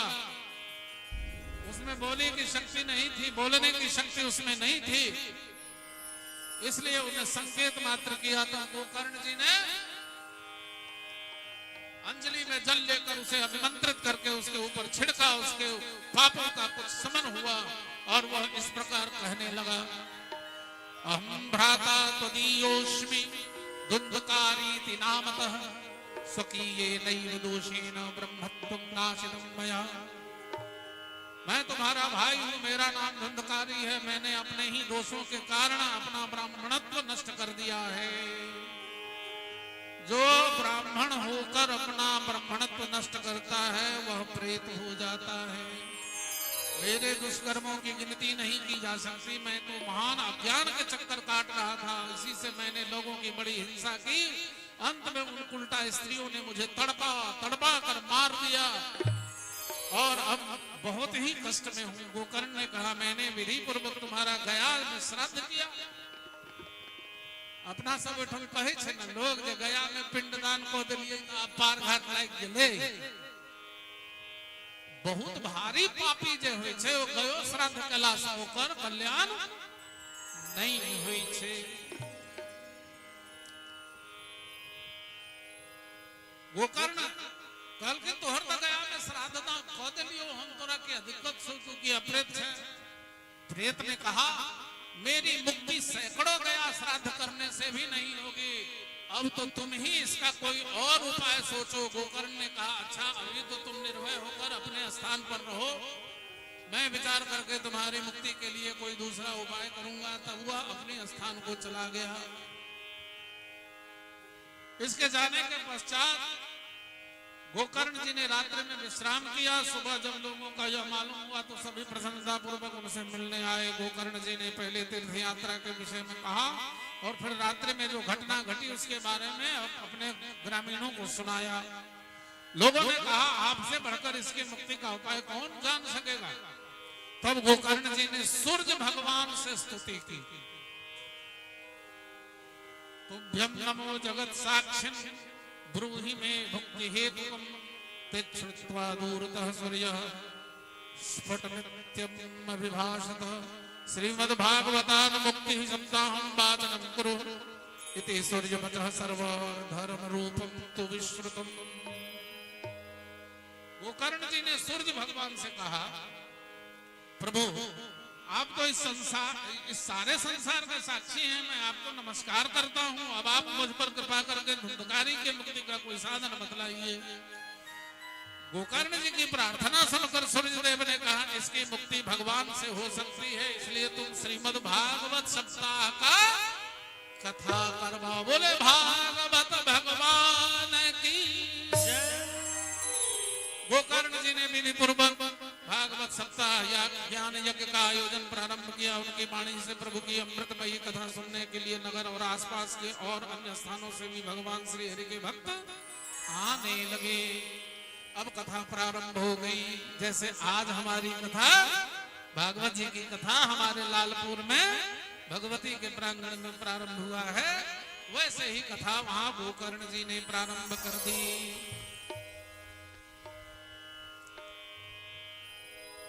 सप्ताह का पहला दिन था। लोग बड़े आनंद में मग्न होकर कीर्तन कर रहे थे। पहले दिन का प्रसंग पूर्ण हो चुका था कि अचानक एक बड़े जोर से फटाके जैसी आवाज सुनाई दी।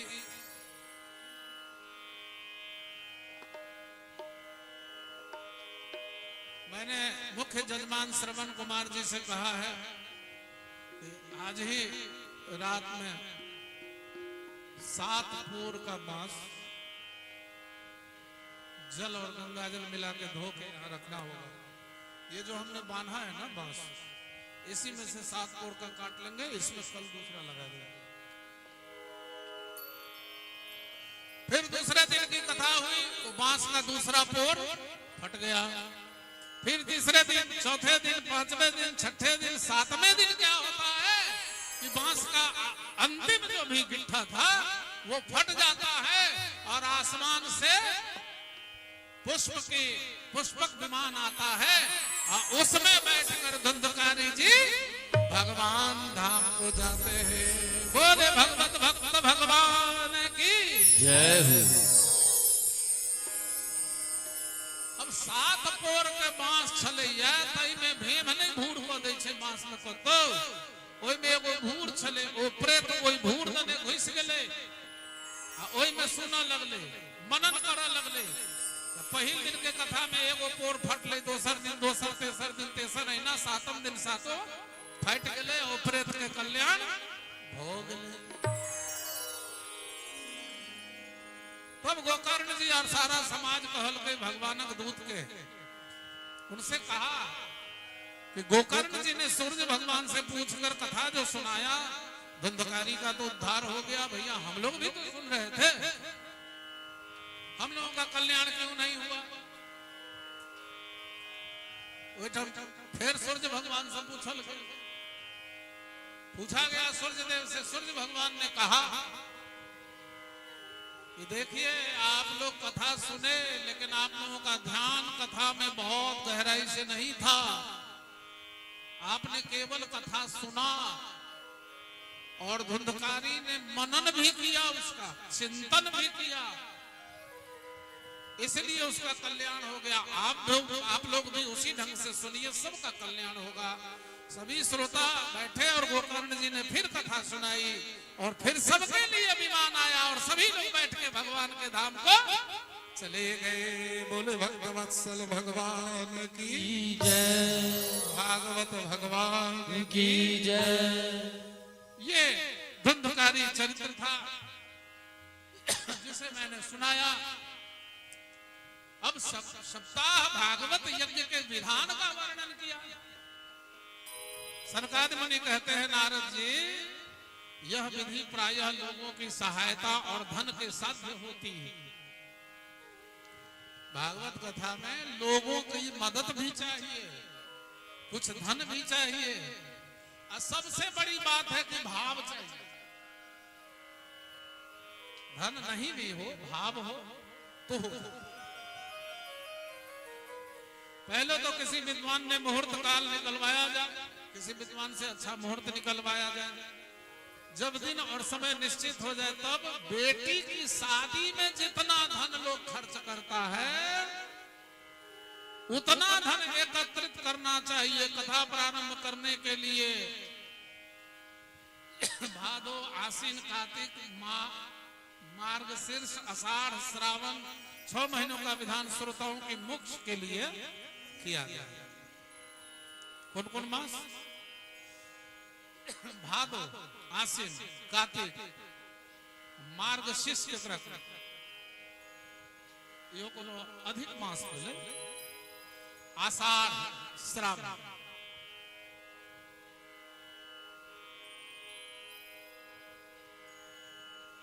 भागवत कथा में प्रभु भक्त वैष्णव आदि को सहयोगी बना लेना चाहिए। भागवत कथा यदि करवाएं तो जितने इलाका में वैष्णव हैं अपना सहयोगी उनको बना देना चाहिए। और कीर्तन के लिए पूरी व्यवस्था होनी चाहिए। अपने सगे संबंधी भाई बंधु मित्र आदि को सबको, कहीं देश विदेश रहते हो, पत्र द्वारा फोन द्वारा सबको बुला लेना चाहिए। भागवत जी कहते हैं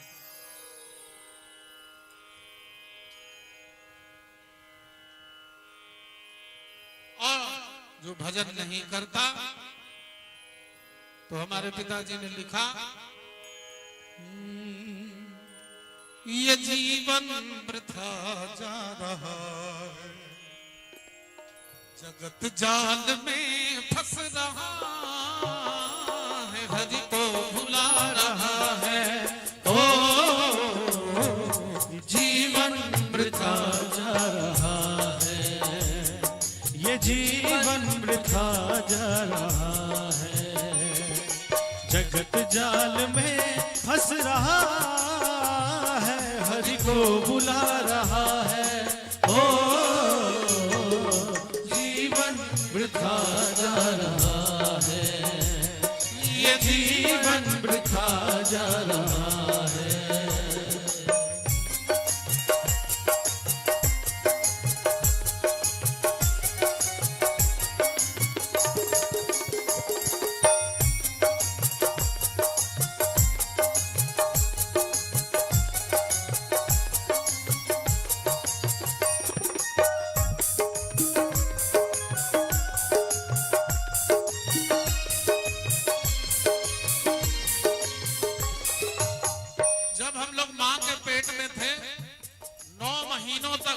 उस गंदगी में हम लोग थे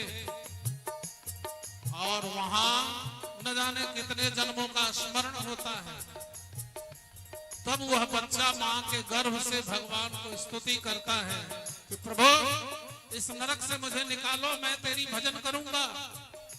सो कहता है कवि, हमारे पिताजी कहते हैं, क्या कहते हैं, कौन ये प्रभु से तू किया था, हरि को मैं भजूंगा ये कहा था। कौन ये प्रभु से तू किया था, हरि को मैं भजूंगा ये कहा था। कौन ये प्रभु से तू किया था, हरि को मैं भजूंगा ये कहा था। ये जुल्म कर रहा है, वादा भुला रहा है, ये जुल्म कर रहा है, वादा भुला रहा है, हरि को भुला रहा है। जीवन वृथा जा रहा है, ये जीवन वृथा जा रहा है, जगत जाल में फंस रहा है, हरि को भुला रहा है। ओ जीवन वृथा जा रहा है, ये जीवन वृथा जा रहा है।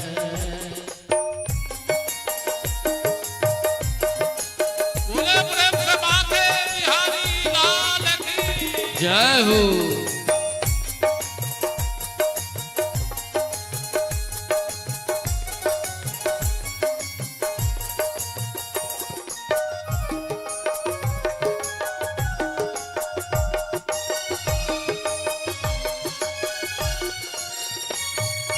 आया था तू जग में भी अकेला, जाएगा भी जग से तू अकेला। आया था तू जग में भी अकेला, जाएगा भी जग से तू अकेला। न आया था तू जग में भी अकेला, जाएगा भी जग से तू अकेला।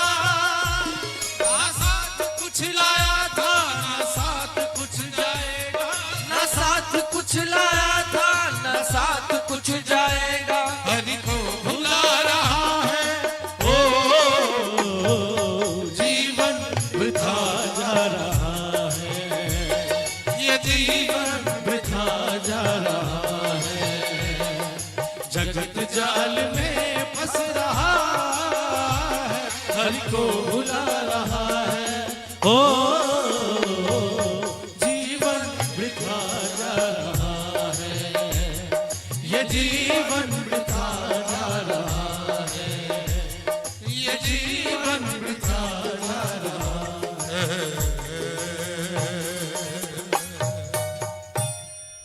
इसलिए हमें भगवान का नाम जपना चाहिए। 24 घंटा में एक बार कम से कम मंदिर जाना चाहिए। 24 घंटा में एक बार भी, 5 बार भी भगवान का नाम लेना चाहिए। 24 घंटा में एक बार अपने माता पिता का चरण छूना चाहिए। हम लोग यही भूल गए हैं, जिसके कारण घर घर में हम लोग दुखी और चिंतित हैं। हम जब दिल्ली से आएंगे तब माँ बाप का पैर छुएंगे, उसी दिन आशीर्वाद लेंगे। हम प्रतिदिन सुबह उठेंगे और माता पिता को प्रणाम करेंगे। प्रातः काल उठ के रघुनाथा, मातु पिता गुरु नावहि माथा। तो जब हमारे भगवान श्री राम सुबह उठते ही माता पिता को प्रणाम करते हैं, तो इस राम का जो राष्ट्र है, यह भरत के नाम पर जो यह भारतवर्ष है, सनातन के नाम पर जो यह धर्म है, तो सनातन धर्म से जीने वाले व्यक्ति का क्या कर्तव्य होना चाहिए, सनातन धर्म के प्रमाणिक ग्रंथ ही बताते हैं। इसलिए हमें वो चेतना अपने आप में लाना अत्यावश्यक है, ताकि घर घर में हमारे बच्चे संस्कार से युक्त हों। यदि हमारे बच्चे छोटे सी उम्र से माँ बाप को प्रणाम करेंगे, तो जवानी में माँ बाप के आदेश को नहीं काटेंगे, बाप माँ की अवहेलना करके अपने मनमर्जी काम वह नहीं करेगा। इसलिए आवश्यक है कि घर के बच्चों को छोटी सी उम्र से ही उसे हम ज्ञान दें, संस्कार दें।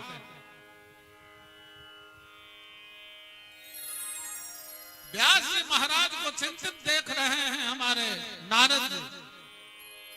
नारद जी ने दूर से ही कहा, कहिए व्यास जी, आप तो बड़े बड़े काम किए, आपने तो 17 पुराण लिख दिए, न जाने कितने कितने यज्ञों की चर्चा आपने की, फिर भी आप चिंतित क्यों हैं?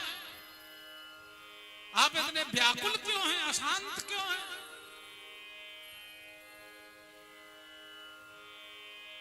व्यास जी तुरंत नारद जी के चरणों में गिर जाते हैं कि महाराज, मेरे मन की अशांति को जानने लेने वाले मेरे गुरु ही हो सकते हैं, कोई दूसरा नहीं हो सकता। कहा कि ऐसी कौन सी बात है कि मैं अशांत हूं? तो नारद जी ने कहा, वेदन व्यास जी,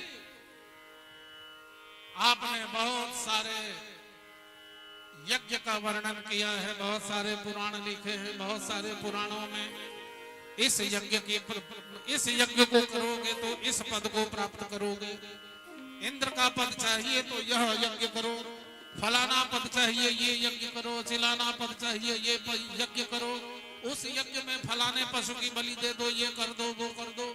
तो मनुष्य तो करेगा कि वेद व्यास जी लिख दल खिलते हैं, हम कोरे छी, वो तो स्वार्थ से यज्ञ करेगा पद प्राप्ति के लिए, उसे तो मोक्ष नहीं चाहिए, उसे तो वैकुंठ नहीं चाहिए, गोलोक नहीं चाहिए, साकेत नहीं चाहिए। अब वो जो जिस पशु की बलि देगा उसके कारण आप हो जाएंगे, इसीलिए आप इतने अशांत हैं। तो फिर नारद जी ने पूछा, भगवान मैं करूं क्या? तो वहीं नारद जी ने कहा कि अहमेवा समेवाग्रे। 4 श्लोक चतुश्लोकी भागवत कहा जो ब्रह्मा जी को प्राप्त हुआ था, आकाशवाणी से कहा कि महाराज आप भगवान के लीला कथा का गुणानुवाद करें तभी आपको शांति मिलेगी। तब जाकर वेद व्यास भगवान शुरू करते हैं, जन्माद्यस्य जतोन्मयादितरतश्चार्थस्वभिज्ञः स्वराट् तेने ब्रह्म हृदय आदि कवये मोहयन्ति यत्सूरयः तेजो वारिं मृदां तथा विनिमयो यत्र त्रिशर्गो मृषा धाम्ना स्वेन सदा निरस्तकुहकं सत्यं परं धीमहि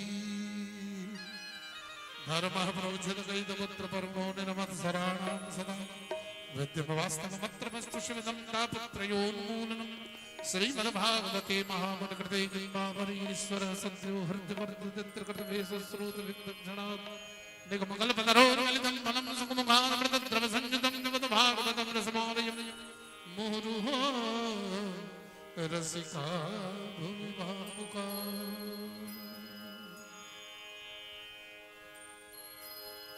अब नारद जी के पूर्व चरित्र का वर्णन आता है, जिसमें चतुर्मास में ऋषि महर्षि गांव में भ्रमण करने आते हैं। वहीं नारद जी ने सुनाया कि मैं दासी पुत्र था, मेरी माँ उन संत महात्माओं का बर्तन मांज दिया करती थी, सेवा कर दिया करती थी, उससे जो उच्छिष्ट बचते थे वही मैं पाता था, उसी से मेरा कल्याण हुआ और मैं नारद हूं।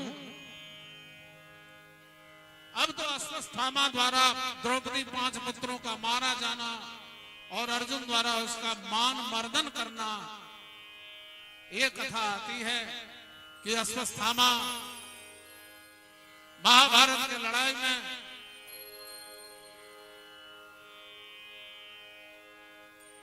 दुर्योधन का पक्ष लेते हुए जिताने के लिए उसे पांडवों को निर्वीज करने का ठान लेता है और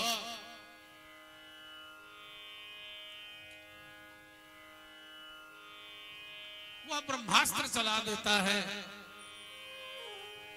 ब्रह्मास्त्र चलाता है तो परीक्षित हैं गर्भ में, उसके ताप से विकल होती है। और ठाकुर जी गर्भ में रक्षा करते हैं परीक्षित जी की।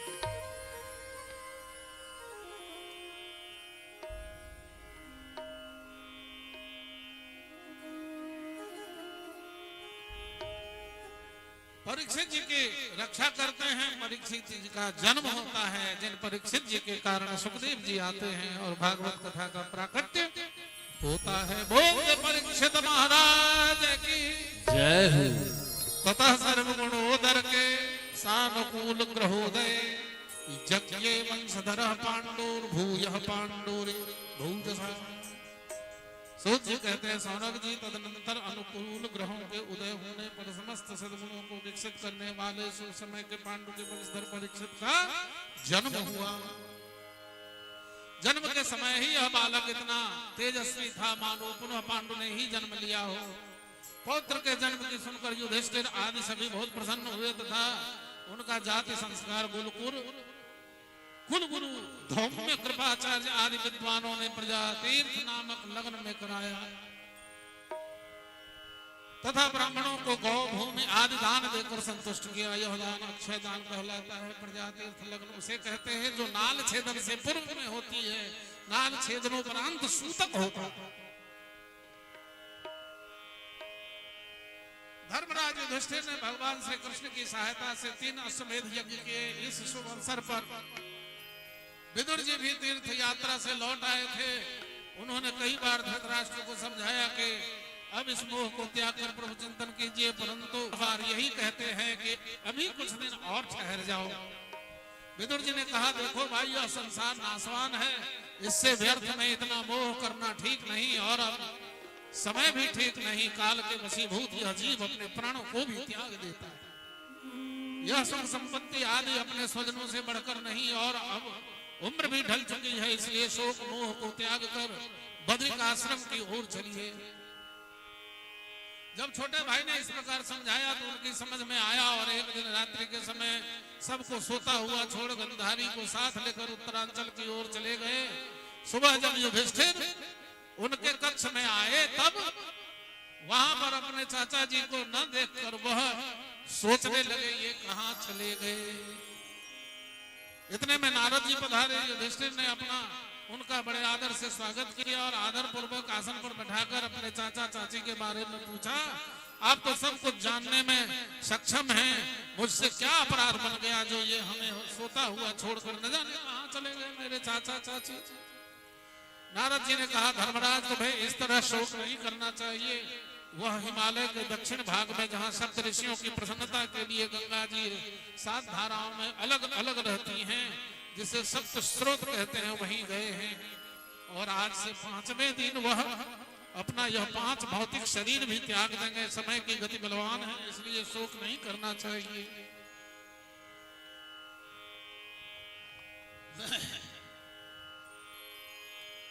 मांडव्य जी ने यमराज से पूछा कि मुझे किस पाप के फलस्वरूप यह दंड मिला। यमराज ने कहा आपने बचपन में एक टिड्डी को कुश की नोक से छेद दिया था, इसलिए ऐसा हुआ। बच्चा में धिया पुता बड़ गलती करी। तितली पकड़ लला को करनांगर खट दला कोई में सिक्की को दला पूरा दला उकर वर्णन ऐठम छे। ये यमराज द्वारा उनका भेटलन है।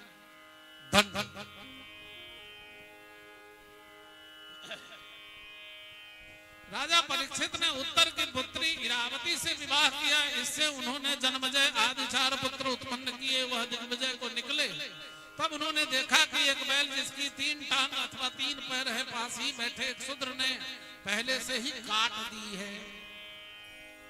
परीक्षित देखते हैं कि एक बैल है जिसके 3 ही पैर है।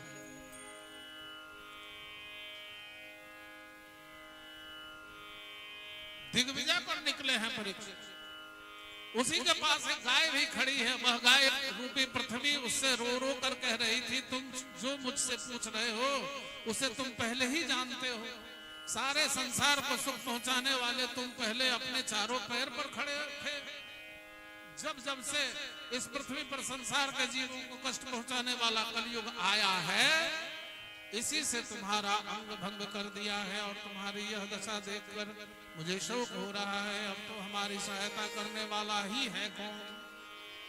सौनक जी, सूत जी कहते हैं, सौनक जी जिस समय धर्म और पृथ्वी इस प्रकार आपस में बात कर रहे थे, उसी समय राजर्षि परीक्षित पूर्व वाहिनी सरस्वती के तट पर आ पहुंचे। उन्होंने देखा कि एक राजवेशधारी चांडाल हाथ में तलवार लेकर उनको बुरी तरह पीट रहा है, जैसे उनके कोई स्वामी न हो। परीक्षित ने उसकी ऐसी दशा देखी न गई और उन्होंने अपना धनुष उठाकर मेघ के समान गंभीर वाणी से ललकारते हुए कहा, अरे दुष्ट, अरे दुष्ट तू ठहर, मैं अभी तेरा वध कर देता हूँ। नीच, तू मेरे शासन में रहकर इन गरीब और असहायों पर अत्याचार कर रहा है, अवश्य ही वध के योग्य है, तो तेरा मैं वध कर दूंगा। अब कलयुग ने देखा कि परीक्षित अब मुझे मार ही डालेगा, तब वह अपने चरणों में, उनके चरणों में लेट गया और जीव दीनवत उनकी प्रार्थना करने लगा।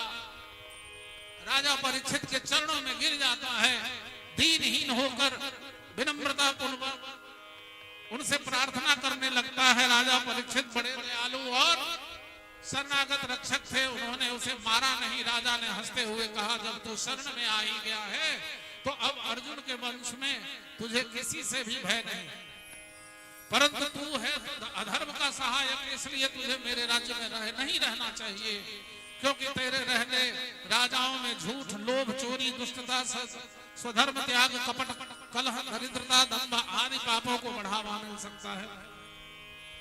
कलयुग ने कहा, हे राजन, मैं जहां भी रहने का विचार करता हूं, आप मुझे धनुष लिए सामने ही दिखते हैं। आप तो धर्म के पालन करने वाले हैं, इसलिए आप ही बताइए कि मैं कहां रहूं और आपको आपकी आज्ञा पालन कर स्थिर रह सकूं।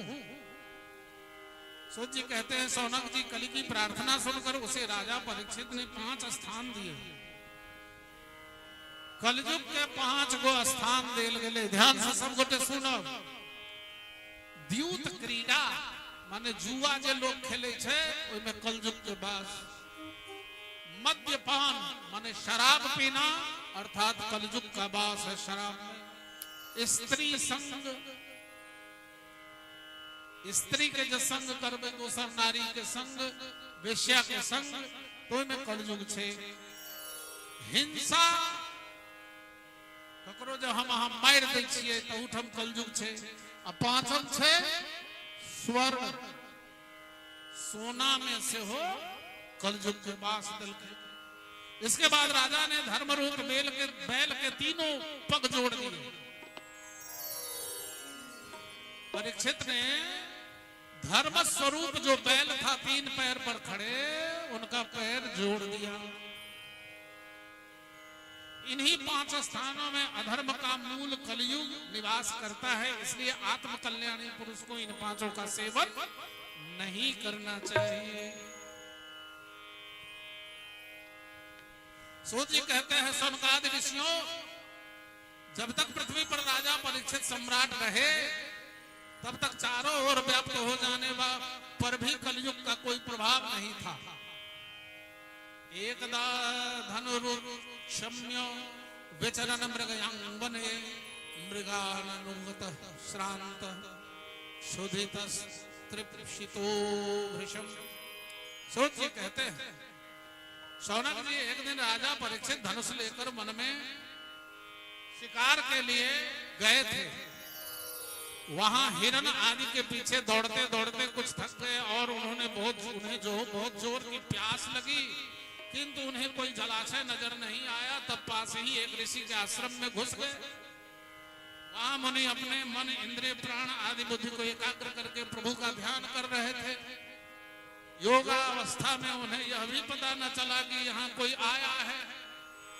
राजा पर कलयुग सवार, कलयुग का प्रभाव होने के कारण क्रोध आया। वह अनाप शनाप करता हुआ आश्रम से बाहर निकला। सामने ही एक मृत सर्प देखा और ईर्ष्यावश उस मरे हुए सर्प को एक बाण की नोक पर उठाकर उसके गले में डाल दिया। किनके गले में? श्रृंगी ऋषि के पिता के गले में डाल दिया। उसके जीवन का यह पहला ही अवसर था। वहां से अपनी राजधानी हो चले गए शौनक जी। शमीक मुनि उनका नाम था। श्रृंगी ऋषि के पिताजी शमीक मुनि। शमीक मुनि का पुत्र श्रृंगी बड़ा ही तेजस्वी था।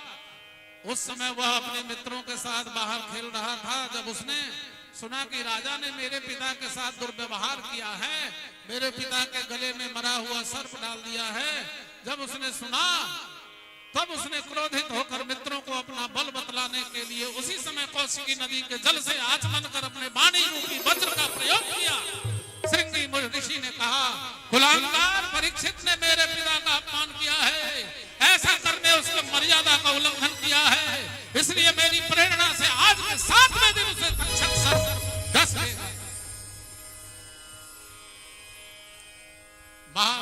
शौनक जी महामुनि शमीक को अपने पुत्र के शाप के अपराध पर बड़ा पश्चाताप हुआ। राजा परीक्षित ने जो उनका अपमान किया था उस पर तो उन्होंने कोई ध्यान ही नहीं दिया था। उधर राजधानी में पहुंचने पर परीक्षित ने अपना मुकुट उतार कर रखा, तब उन्हें अपने इस निंदनीय कर्म पर बड़ा पश्चाताप हुआ। स्वर्ण में भी उन्होंने कलयुग को दिया तो सोने का मुकुट पहने थे, उसमें कलयुग आकर प्रवेश कर गया, जिसे गलती करवा दी। अब इन्हें पश्चाताप हो रहा है।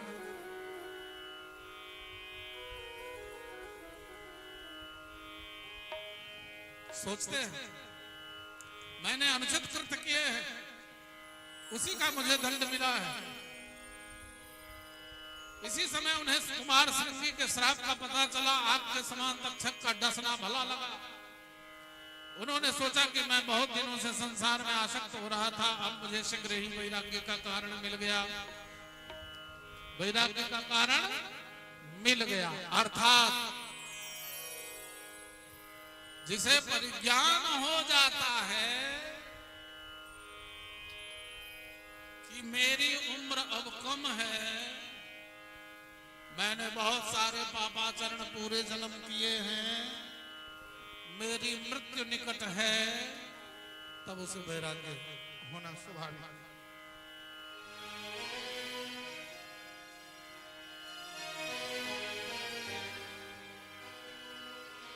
वे लोक परलोक के भोगों को तो पहले ही तुच्छ समझते थे, त्याज्य समझते थे। अब उनको स्वरूपतः त्याग कर भगवान श्री कृष्ण के चरण कमलों की सेवा को ही सर्वोपरि मानकर आमरण अनशन व्रत लेकर गंगा जी के तट पर बैठ गए।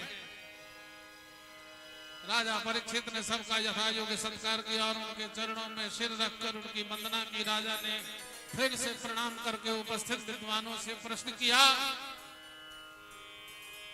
आप सभी ही विचार कर ये बताइए कि सबके लिए सभी अवस्थाओं में और विशेषकर थोड़े ही समय में मरने वाले पुरुषों के लिए अंतःकरण और शरीर से करने योग्य कर्म कौन से हैं?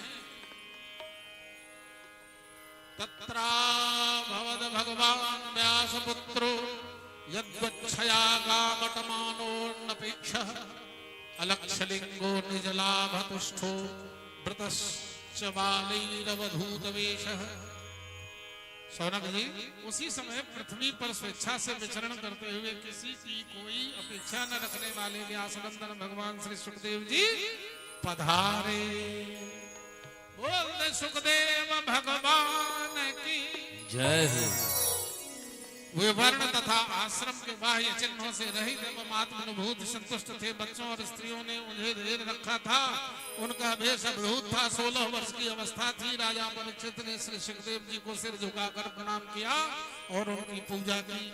तत्पश्चात उनसे यही प्रश्न किए, जो पुरुष सर्वदा स्मरणासन्न उसको क्या करना चाहिए? भगवान साथी यह भी बताइए कि मनुष्य मात्र को क्या करना चाहिए? वे किसका श्रवण करें, किसका जप, किसका स्मरण और किसका भजन करें तथा किसका त्याग करें? सोचिए कहते हैं शौनकादि ऋषि और राजा परीक्षित के इन्हीं प्रश्नों का उत्तर व्यासनंदन श्री सुखदेव जी महाराज ने द्वितीय स्कंद से लेकर 12 स्कंद पर्यंत दिया।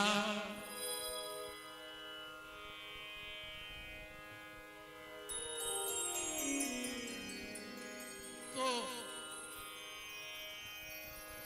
जब हमें कष्ट होगा, पीड़ा होगी, तब हम संसार छोड़ेंगे। तब हम उस ठाकुर से निवेदन करेंगे कि आप मुझे अपना बना लो। नहीं,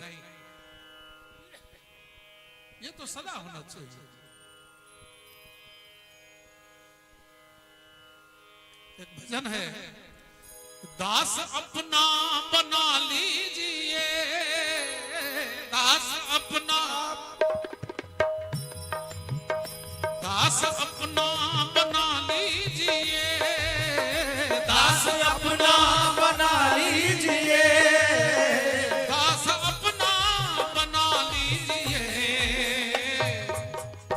जरा हाथ उठाइएगा सभी लोग जिनका हाथ ठीक हो, दोनों हाथ उठा के ताली बजा के कि पार नैया लगा दीजिए, पार नैया लगा दीजिए, दास अपना बना लीजिए, दास अपना बना लीजिए, दास अपना बना लीजिए, पार नैया लगा दीजिए, पार नैया लगा दीजिए,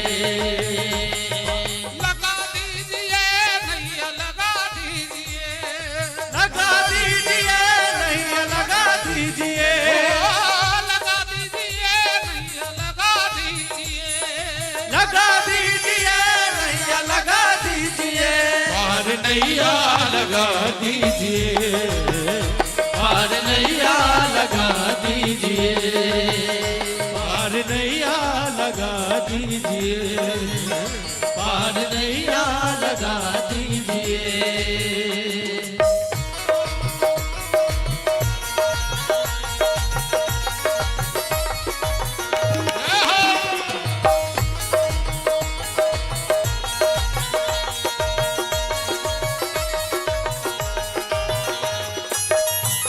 राधे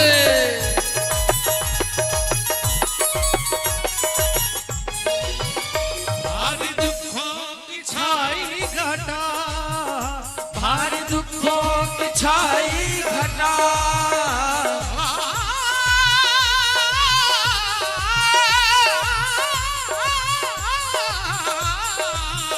भारी दुखों की छाई घटा, भारी दुखों की छाई घटा, भारी दुखों की छाई घटा, ऐ मेरे मालिक दूर हमसे हटा दीजिए, दूर हमसे हटा दीजिए, पार नैया लगा दीजिए, पार नैया लगा दीजिए, लगा दीजिए नैया लगा दीजिए, लगा दीजिए नैया लगा दीजिए, लगा दीजिए नैया लगा दीजिए, लगा दीजिए नैया लगा दीजिए, पार नैया लगा दीजिए, पार नैया लगा दीजिए, पार नैया लगा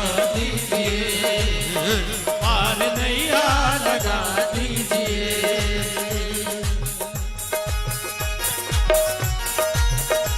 बोले प्रेम से भागवत भगवान की, जय हो, छिन्नमस्तिका मैया की, जय हो।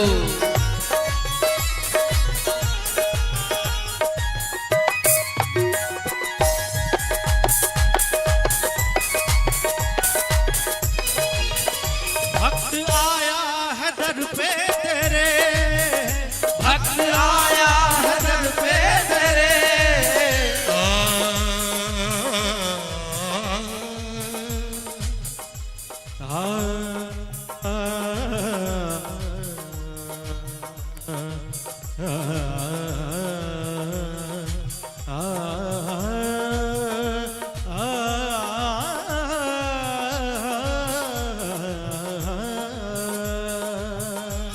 भक्त आया है दर पे तेरे, भक्त आया है दर पे तेरे, कुंज आया है दर पे तेरे, कुंज आया है दर पे तेरे, और किनको किनको बिगड़ी बनानी है अपनी अपनी, जरा दोनों हाथ उठा के कि इनकी बिगड़ी बना दीजिए, इनकी बिगड़ी बना दीजिए, पार नैया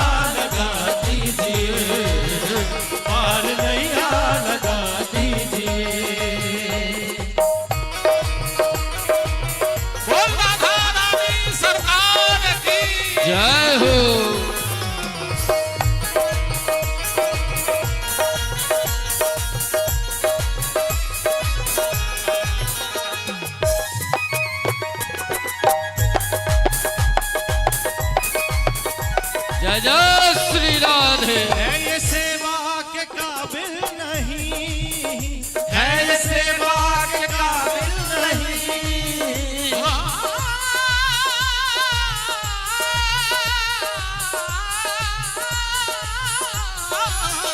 है ये सेवा के काबिल नहीं, है ये सेवा के काबिल नहीं, है ये सेवा के काबिल नहीं।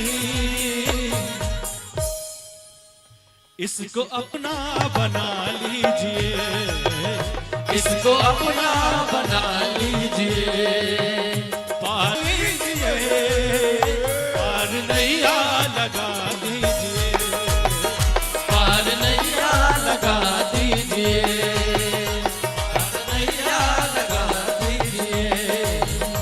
अरे लगा दीजिए भैया, लगा दीजिए, लगा दीजिए भैया, लगा दीजिए, लगा दीजिए भैया, लगा दीजिए, लगा दीजिए नैया लगा दीजिए, पार नैया लगा दीजिए, पार नैया लगा दीजिए, पार नैया लगा दीजिए, पार नैया लगा दीजिए, पार नैया लगा दीजिए, पार नैया लगा दीजिए, पार नैया लगा नैया लगा, नैया लगा दीजिए। बोले भक्त वत्सल भगवान की जय हो।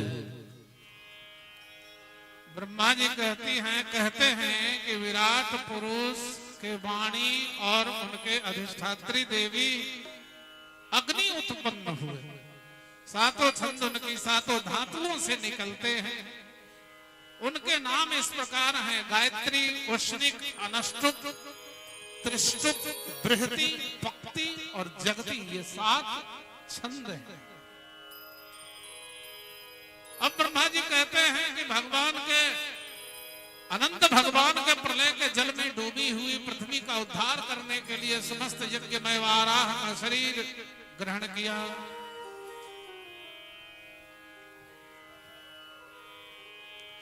आदित्य हिरणाक्ष जल के अंदर ही लड़ने को सामने आ गया। जैसे इंद्र ने अपने वज्र से पर्वतों के पंख काट डाले थे, वैसे ही वाराह भगवान ने अपनी दाढ़ों से उनके टुकड़े टुकड़े कर दिए। रुचि नामक प्रजापति की पत्नी आकृति के गर्भ से सुयज्ञ के रूप में अवतार ग्रहण किया। उस अवतार में दक्षिणा नाम की पत्नी ने सुयस नाम के देवताओं को उत्पन्न किया और तीनों लोगों के बड़े बड़े संकट हर लिए। इसी कारण स्वयंभव मनु ने उन्हें हरि के नाम से पुकारा। कर्दम प्रजापति के घर देवहूति के गर्भ से कपिल मुनि के रूप में अवतार लिया। महर्षि अत्रि के यहाँ अनुसुईया के गर्भ से दत्तात्रेय हुए। ब्रह्मा जी के अखंड तप से उत्पन्न हुई सनकादि देवी के गर्भ से ऋषभदेव के रूप में भगवान प्रकट हुए। ब्रह्मा जी कहते हैं कि मेरे यज्ञ में सुवर्ण के समान भगवान ने हयग्रीव के रूप में प्रकट हुए। चाक्षुष मनवंतर के अंत में मत्स्य के रूप में। और हयग्रीव जो देवता है वही पेट के देवता है। पेट में कोई बाधा हो जाए, हयग्रीव का नाम लेकर हंसो तो ठीक हो जाए। चाक्षुष मनवंतर, चाक्षुषोपनिषद भी हुआ। चाक्षुष मनवंतर के अंत में मत्स्य के रूप में, क्षीर सागर मंथन के समय कच्छप के रूप में, क्षितिरति विपुल धरे तव तिष्ठति पृष्ठे धरण धरण किण चक्र गरिष्ठे केशव धृत कच्छप रूप जय जगदीश हरे। पहला अवतार मत्स्य का हुआ, मछली का। प्रलय पयोधि जले धृतमान सिवेदम विहित बहित्र चरित्रम खेदम केशव धृत मीन शरीर जय जगदीश हरे। अपने भक्त प्रहलाद को बचाने और देवताओं का कष्ट निवारण करने के लिए नरसिंह रूप में भगवान प्रकट हुए। अदिति के पुत्र वामन जी के रूप में, नारद जी को उपदेश करने के लिए हंस के रूप में, अमृत कलश लेकर धन्वंतरी के रूप में पृथ्वी को उद्दंड क्षत्रियों से विहीन करने के लिए परशुराम के रूप में केशवधृत राम शरीर। इक्ष्वाकु के वंश में भगवान ने अपनी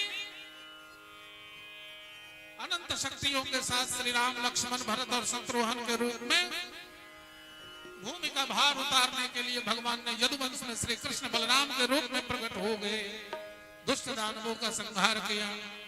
बोले दुल्हा दुल्हन सरकार की जय हो, श्री जानकी महारानी की जय हो, श्री रामचंद्र भगवान की जय हो, श्री कृष्ण बलराम की जय हो। प्रत्येक कल्प में सत्यवती के गर्भ से व्यास जी के रूप में प्रकट होकर वेद रूपी वृक्ष का विभिन्न शाखाओं के रूप में विभाजन किया। कलयुग का शमन करने के लिए भगवान कल की अवतार लेकर इन पाखंडी राजाओं को मारकर पुनः स्वधर्म की स्थापना की करेंगे। धर्म संस्थापनार्थाय संभवामि युगे युगे। जब संसार की रचना का समय होता है तब तपस्वी मरीचि आदि 9 ऋषि और मेरे रूप में देवताओं और राजाओं का रूप धारण करते हैं, तथा जब प्रलय का समय होता है तब रुद्र के रूप में अपनी सभी शक्तियों के साथ उत्पन्न होकर दुष्ट दानवों का संहार करते हैं। ब्रह्मा जी ने कहा, बेटा नारद, अपने संकल्प मात्र से ही विश्व की रचना करने वाले भगवान श्री हरि का मैंने तुम्हारे सामने संक्षेप में वर्णन किया। जो कुछ भी कार्य कारण अथवा अभाव है वह सब मायापति भगवान से भिन्न नहीं है। हम जो भी देख रहे हैं सभी भगवान ही नजर आ रहे हैं, चाहे ये खुट्टा हो, लाइट हो, छोटा लाइट हो, बड़ा लाइट हो, बांस हो, कैमरा हो, माला हो, ग्रंथ हो, शरीर हो, मंच हो, इस सब में वह ठाकुर विद्यमान है।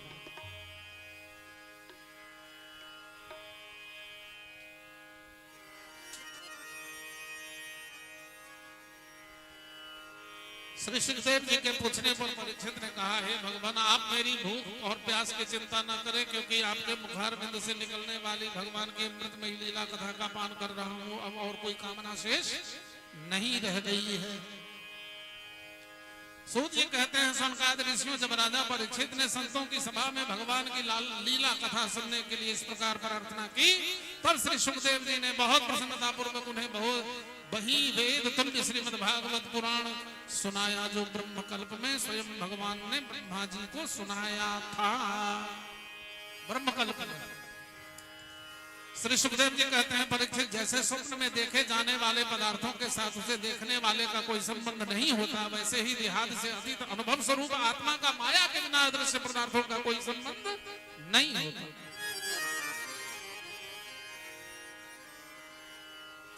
क्योंकि विविध रूप वाली माया के कारण वह विविध रूप वालों प्रतीत होता है, और जब उसके गुणों में रम जाता है तब यह मैं हूँ, यह मेरा है, इस प्रकार मांगने लगता है।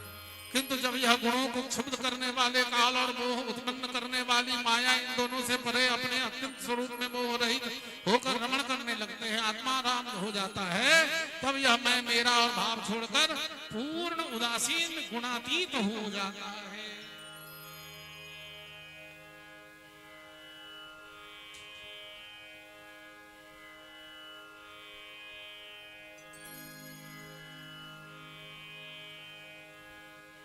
यह मैं मेरा का भाव छोड़कर पूर्ण उदासीन गुणातीत हो जाता है। अर्थात जिसको मैं बोलता हूं कि यह मेरा है, फैक्ट यह है कि वह मेरा नहीं है, और यही भ्रम मेरे कष्ट का कारण है। क्योंकि पुत्र मेरा है, मेरी बातों से नहीं चलेगा, मुझे कष्ट होगा। पत्नी मेरी है, मेरी बात नहीं मानेगी, मुझे कष्ट होगा। भाई हमारे हैं, मेरी बातों में नहीं चलते, मुझे पीड़ा होगी।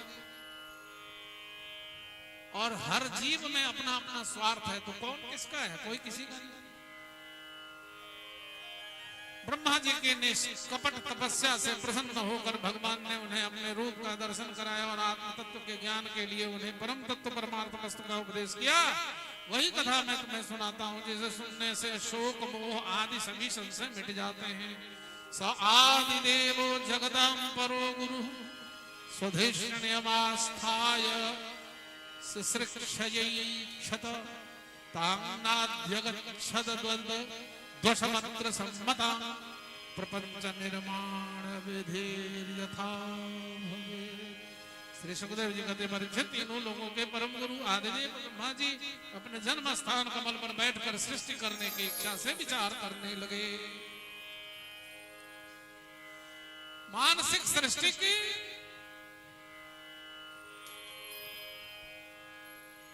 तो जितने भी ब्रह्मा के पुत्र हुए सभी, कोई सनत सनंदन सनातन सनत कुमार हो गए, कोई ब्रह्मा हो गए, कोई कुछ हो गए। तो मैथिली सृष्टि का निर्णय लिया, फिर मनु शतरूपा को स्थापित किया, वहां से मैथिली सृष्टि चली है।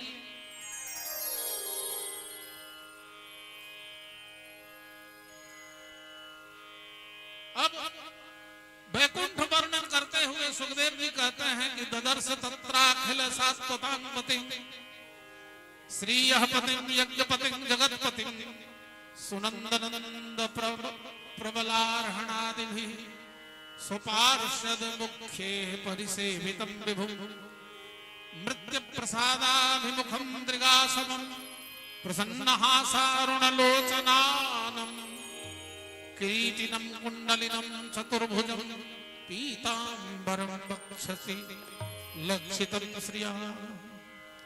श्री सुखदेव जी कहते हैं परीक्षित ब्रह्मा जी ने देखा कि इस दिव्य लोक में समस्त भक्तों के रक्षक भगवान श्री लक्ष्मीपति यज्ञपति और विश्वपति विराजमान है।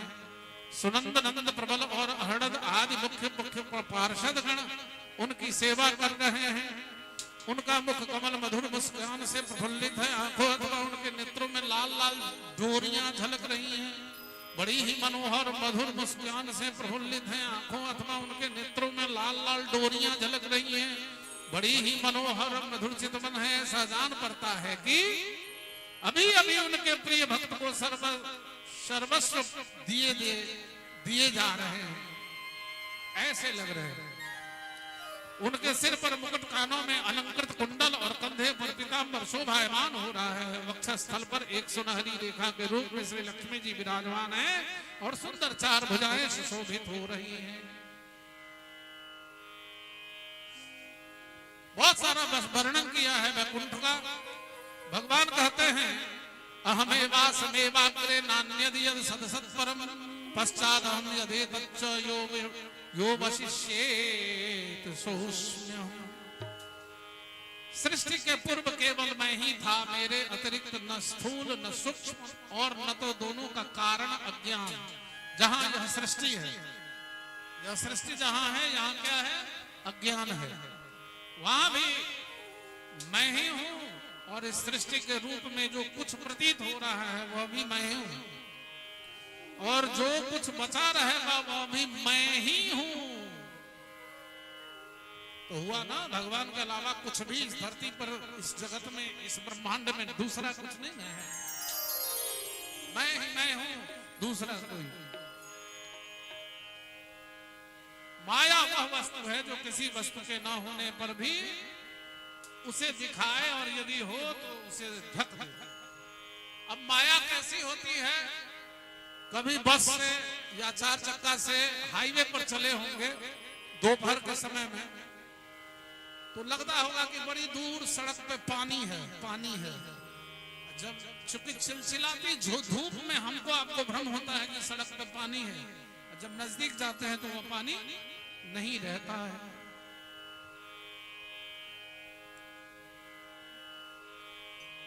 उसी प्रकार माया वह वस्तु है जो किसी वस्तु के न होने पर भी उसे दिखाए और यदि हो तो उसे ढक दे, इसे माया कहते हैं। इसी माया का प्रयोग था राजसूय यज्ञ में, जहां दुर्योधन को समुद्र दीवाल दिखाई देता था और दीवाल समुद्र दिखाई देता था। भगवान की माया।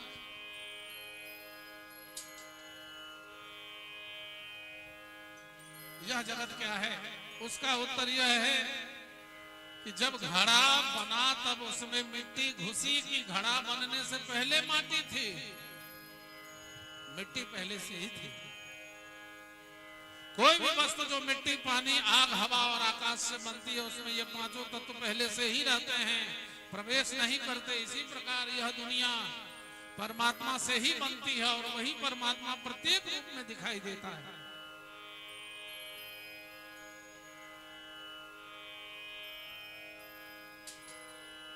सुखदेव जी कहते हैं परीक्षित, इस भागवत पुराण में सर्व विसर्ग, स्थान, पोषण, उत्ति, मनवंतर, ईशानु, कथा, निरोध, मुक्ति और आश्रय, इन 10 विषयों का वर्णन है।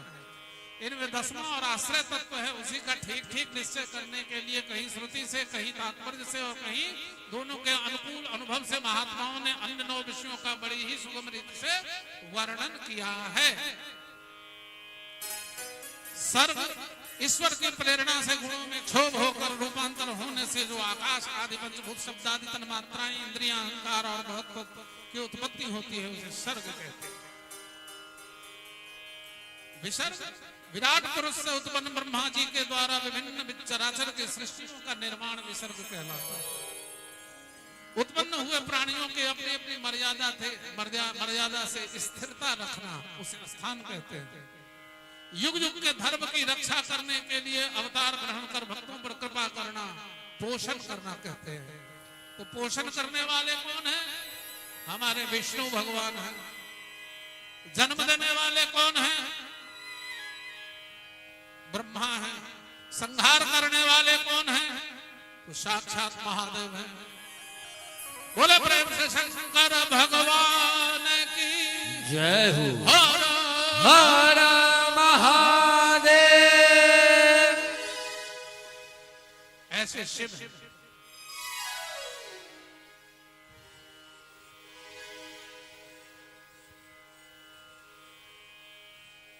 तृतीय स्कंद सर्ग का है। सर्ग का अर्थ है सृष्टि। सृष्टि के संबंध में नाना प्रकार के मत उपलब्ध होते हैं। यह जगत क्या है और पहले पहल उत्पत्ति कैसे हुई, इसके संबंध में वेदों में, दर्शनों में और पुराणों में अनेक प्रकार की प्रक्रियाएं मिलती हैं।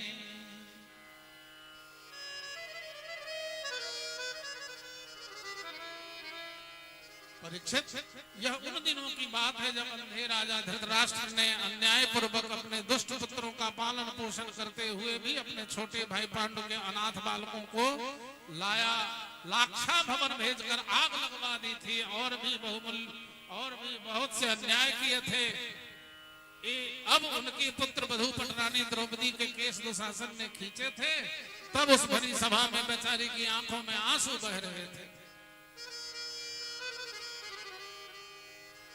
किंतु धृतराष्ट्र ने उन दुष्टों को ऐसा करने से नहीं रोका।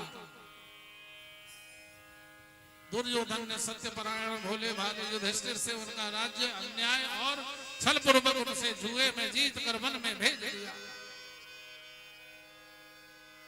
अब कैसे दुर्योधन ने द्रौपदी का वस्त्र अपहरण किया था,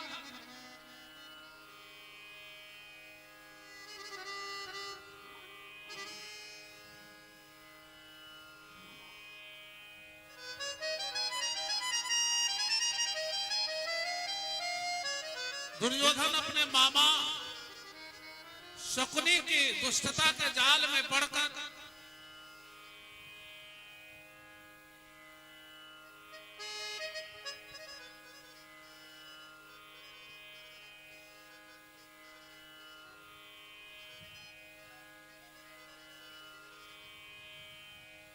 जुए में हार गए थे।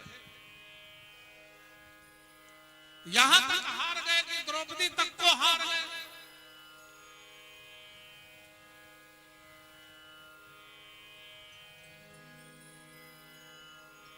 अब दुर्योधन दुशासन को आदेश देता है कि द्रौपदी को लाओ सभा में।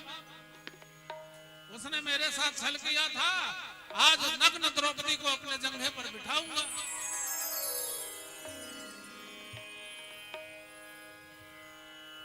तो भीम से नहीं रहा गया। भीम उठकर खड़ा हो गया, बोला रे रे दुष्ट दुशासन, जिस अपवित्र हाथ से तुम मेरे द्रौपदी का बाल पकड़ने का सोच रहा है, मैं तेरी भुजा उखाड़ लूंगा। रे दुष्ट दुर्योधन, जिस द्रौपदी को तुम अपने जंघे पर बिठाने का ख्वाब देख रहा है,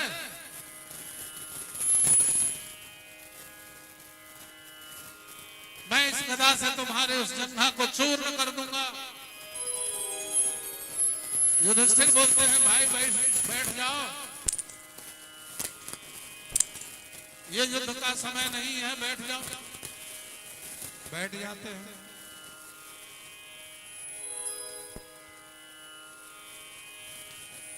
द्रौपदी को लाया जाता है,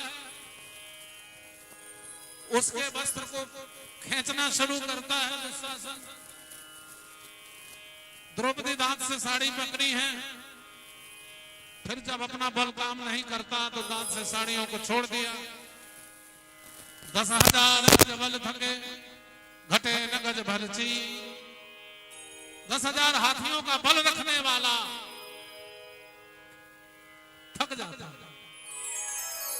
कहता है सारी बीच नारी है कि नारी बीच साड़ी है, नारी बीच साड़ी है कि साड़ी बीच नारी है।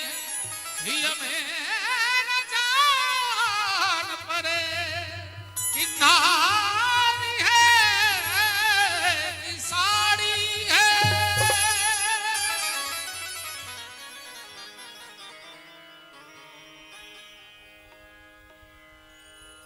भगवान जिसको देखता है उसका कौन क्या बिगाड़ सकता है। चाहे चले छुरिया चाहे चले भाला, मारने वाला से बढ़कर है बचाने वाला। मारने वाला से बढ़कर है बचाने वाला। चाहे चले छुरिया चाहे चले छुरिया चाहे चले भाला, मारने वाला से बढ़कर है बचाने वाला। मारने वाला से बढ़कर है बचाने वाला। मारने वाला है भगवान बचाने वाला है भगवान। मारने वाला है भगवान बचाने वाला है भगवान। मैं कहता डंके की चोट पे, मैं कहता डंके की चोट पे ध्यान से सुनियो लाला, अपना हरि है हजार हाथ वाला। ओ दीन दयाला हरि है हजार हाथ वाला।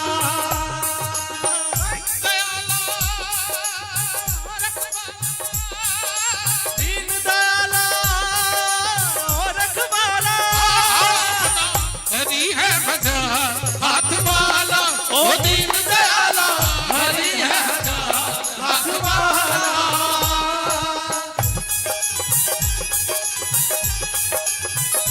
बोले बाके बिहारी लाल की जय हो।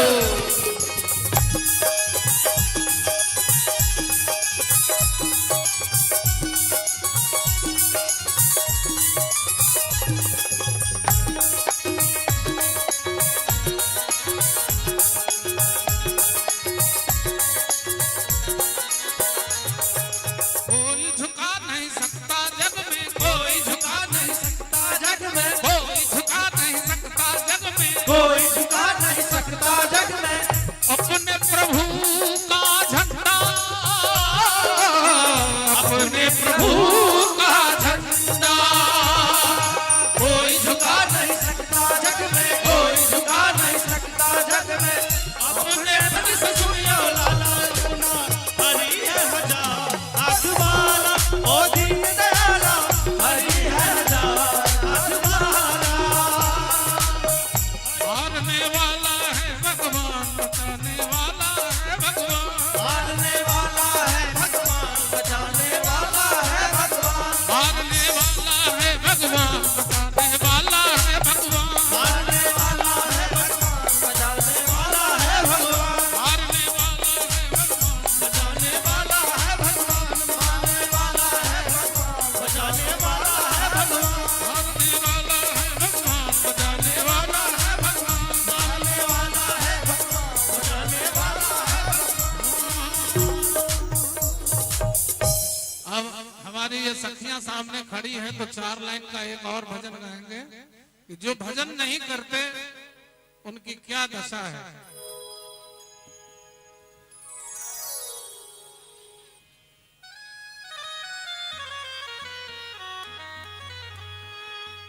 मेरे देवता मुझको तू देना सहारा, मेरे देवता मुझको तू देना सहारा। कहीं छूट जाए ना दामन तुम्हारा, मेरे देवता मुझको देना सहारा, कहीं छूट जाए ना दामन तुम्हारा, कहीं छूट जाए ना दामन तुम्हारा, मेरे देवता मुझको देना सहारा, मेरे देवता मुझको देना सहारा, कहीं छूट जाए ना दामन तुम्हारा, कहीं छूट जाए ना दामन तुम्हारा।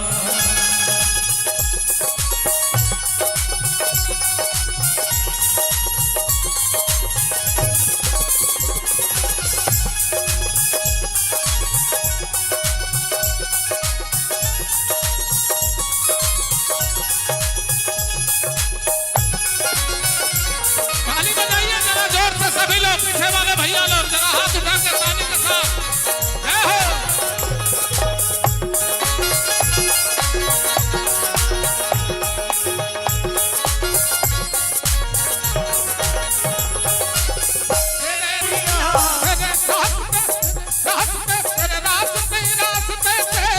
हटाती है दुनिया तेरे रास्ते से हटाती है दुनिया, इशारों से मुझको बुलाती है दुनिया, इशारे से मुझको बुलाती है दुनिया, इशारों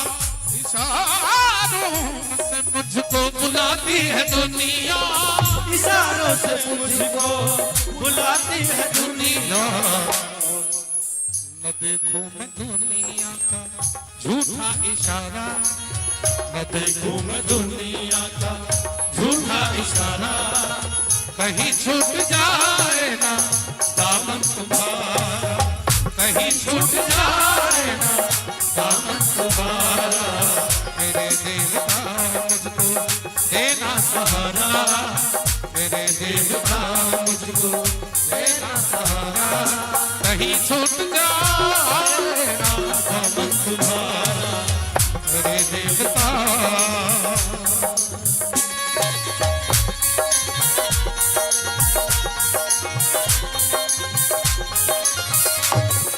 बोले भक्त वत्सल भगवान की।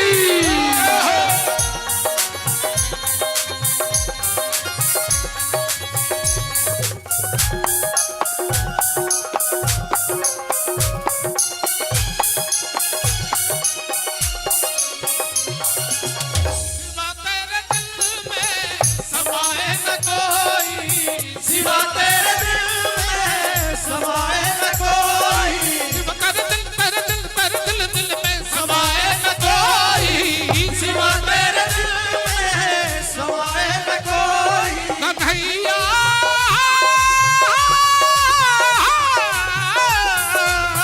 सिवा तेरे दिल में समाए न कोई, दिल में समाए न कोई, सिवा तेरे दिल में समाए न कोई, नगर का ये दीपक बुझाए न कोई, नगर का ये दीपक बुझाए न कोई, नगर का ये दीपक बुझाए न कोई, नगर का ये दीपक बुझाए न कोई। मेरी नैया तुम ही हो किनारा, तुम्ही मेरी नैया तुम ही हो किनारा, कहीं छूट जाए ना दामन तुम्हारा, मेरे देवता मुझको देना सहारा, कहीं छूट जाए ना दामन तुम्हारा, कहीं छूट जाए ना दामन तुम्हारा, कहीं छूट जाए ना दामन तुम्हारा, कहीं छूट जाए ना दामन तुम्हारा।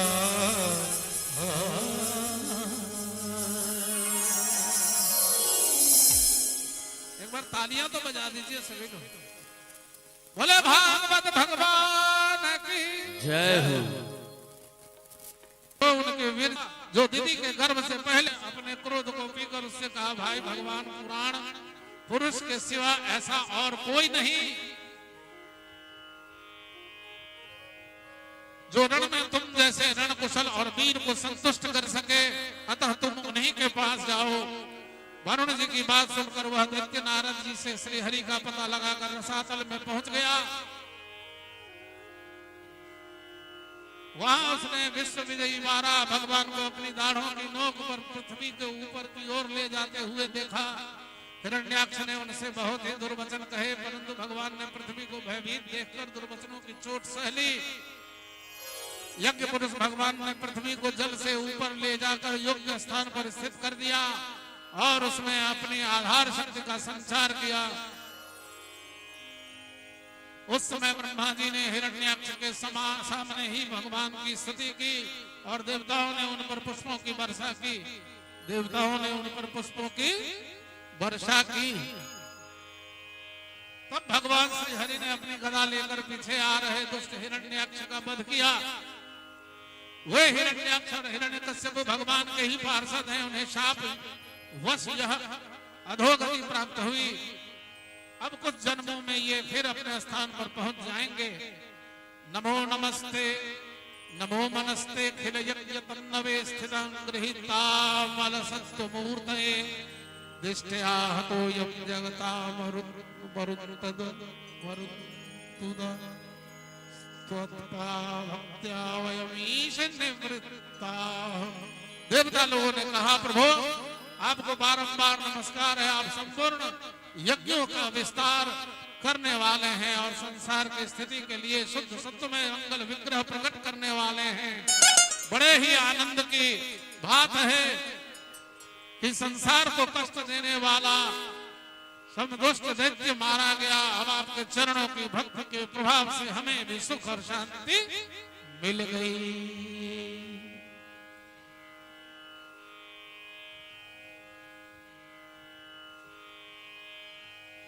जरा गाएंगे सभी लोग। उस जिह्वा को जल जाना चाहिए जिस जिह्वा पर भगवान का नाम न उच्चरित होता हो। जल जाए जिह्वा पाप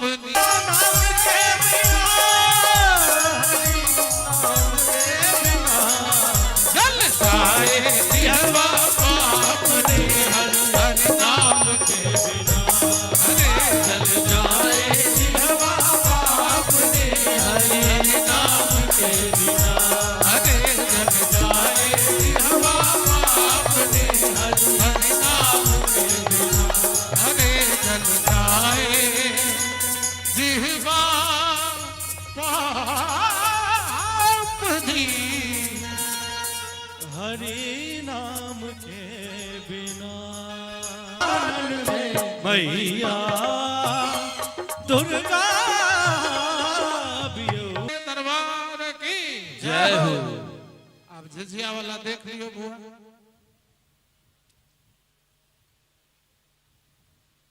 आप लोग तब तक मेरे साथ गाइएगा। राधा रानी की जय हो, महारानी की जय। राधा रानी नहीं आप लोग महारानी की जय। अपना तैयारी कीजिए कि राधा रानी की जय हो, महारानी की जय। राधा रानी की जय महारानी की जय। बोलो राधे राधे राधे, बोलो राधे राधे राधे, बोलो राधे राधे राधे, बोलो राधे राधे राधे, बोलो राधे राधे राधे राधे, बोलो राधे राधे राधे। बोलो राधे राधे राधे, बोलो राधे राधे राधे। राधा रानी की जय हो, महारानी की जय। राधा रानी की जय महारानी की जय। रानी की जय, महारानी की जय। राधा रानी की जय महारानी की जय। सभी लोग बोलिएगा जय जय श्री राधे। हाथ उठाइएगा जय जय श्री राधे। फिर हाथ उठाइएगा निताई गौर हरि।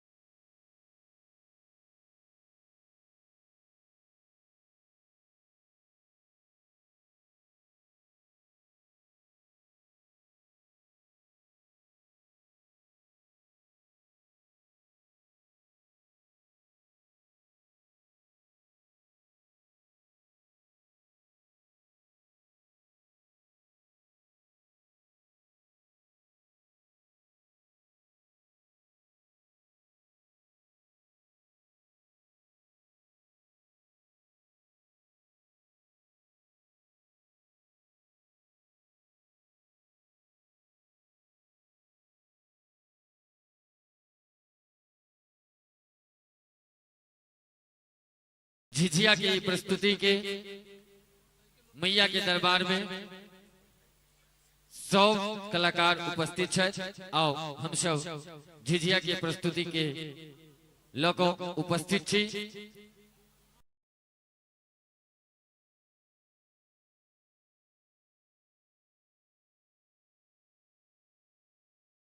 मैया की, छिन्नमस्तिका मैया की, भागवत भगवान की, भागवत भगवान की।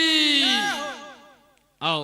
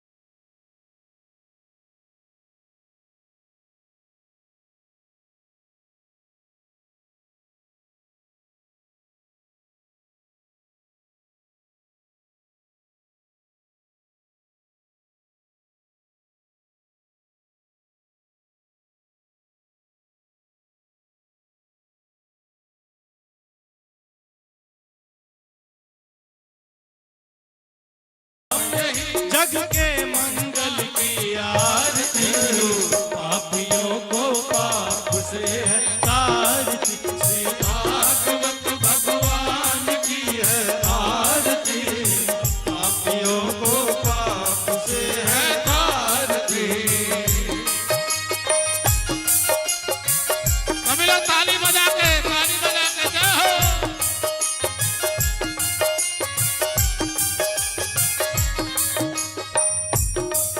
ये शांति गीत पावन पुनीत, पापों को मिटा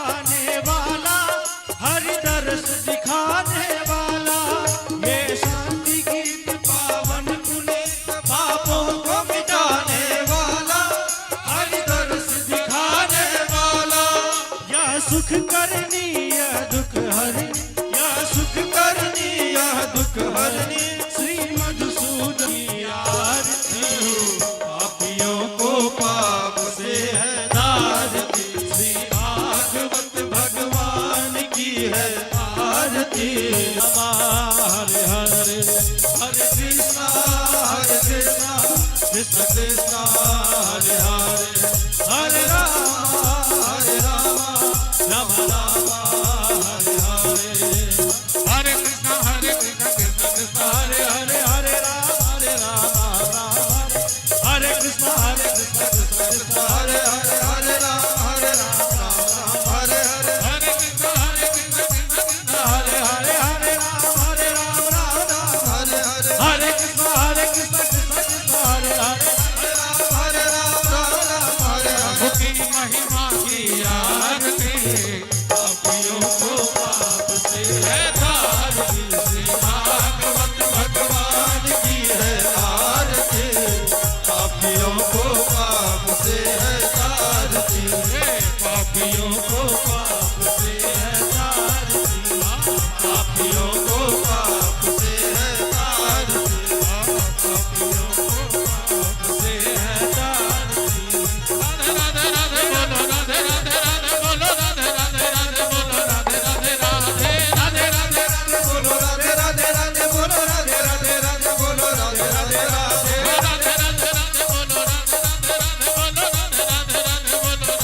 राधे राधे राधे बोलो राधे राधे राधे बोलो राधे राधे राधे बोलो राधे राधे राधे बोलो राधे राधे राधे भागवत भगवान की है आरती पापियों को पाप से है तारती।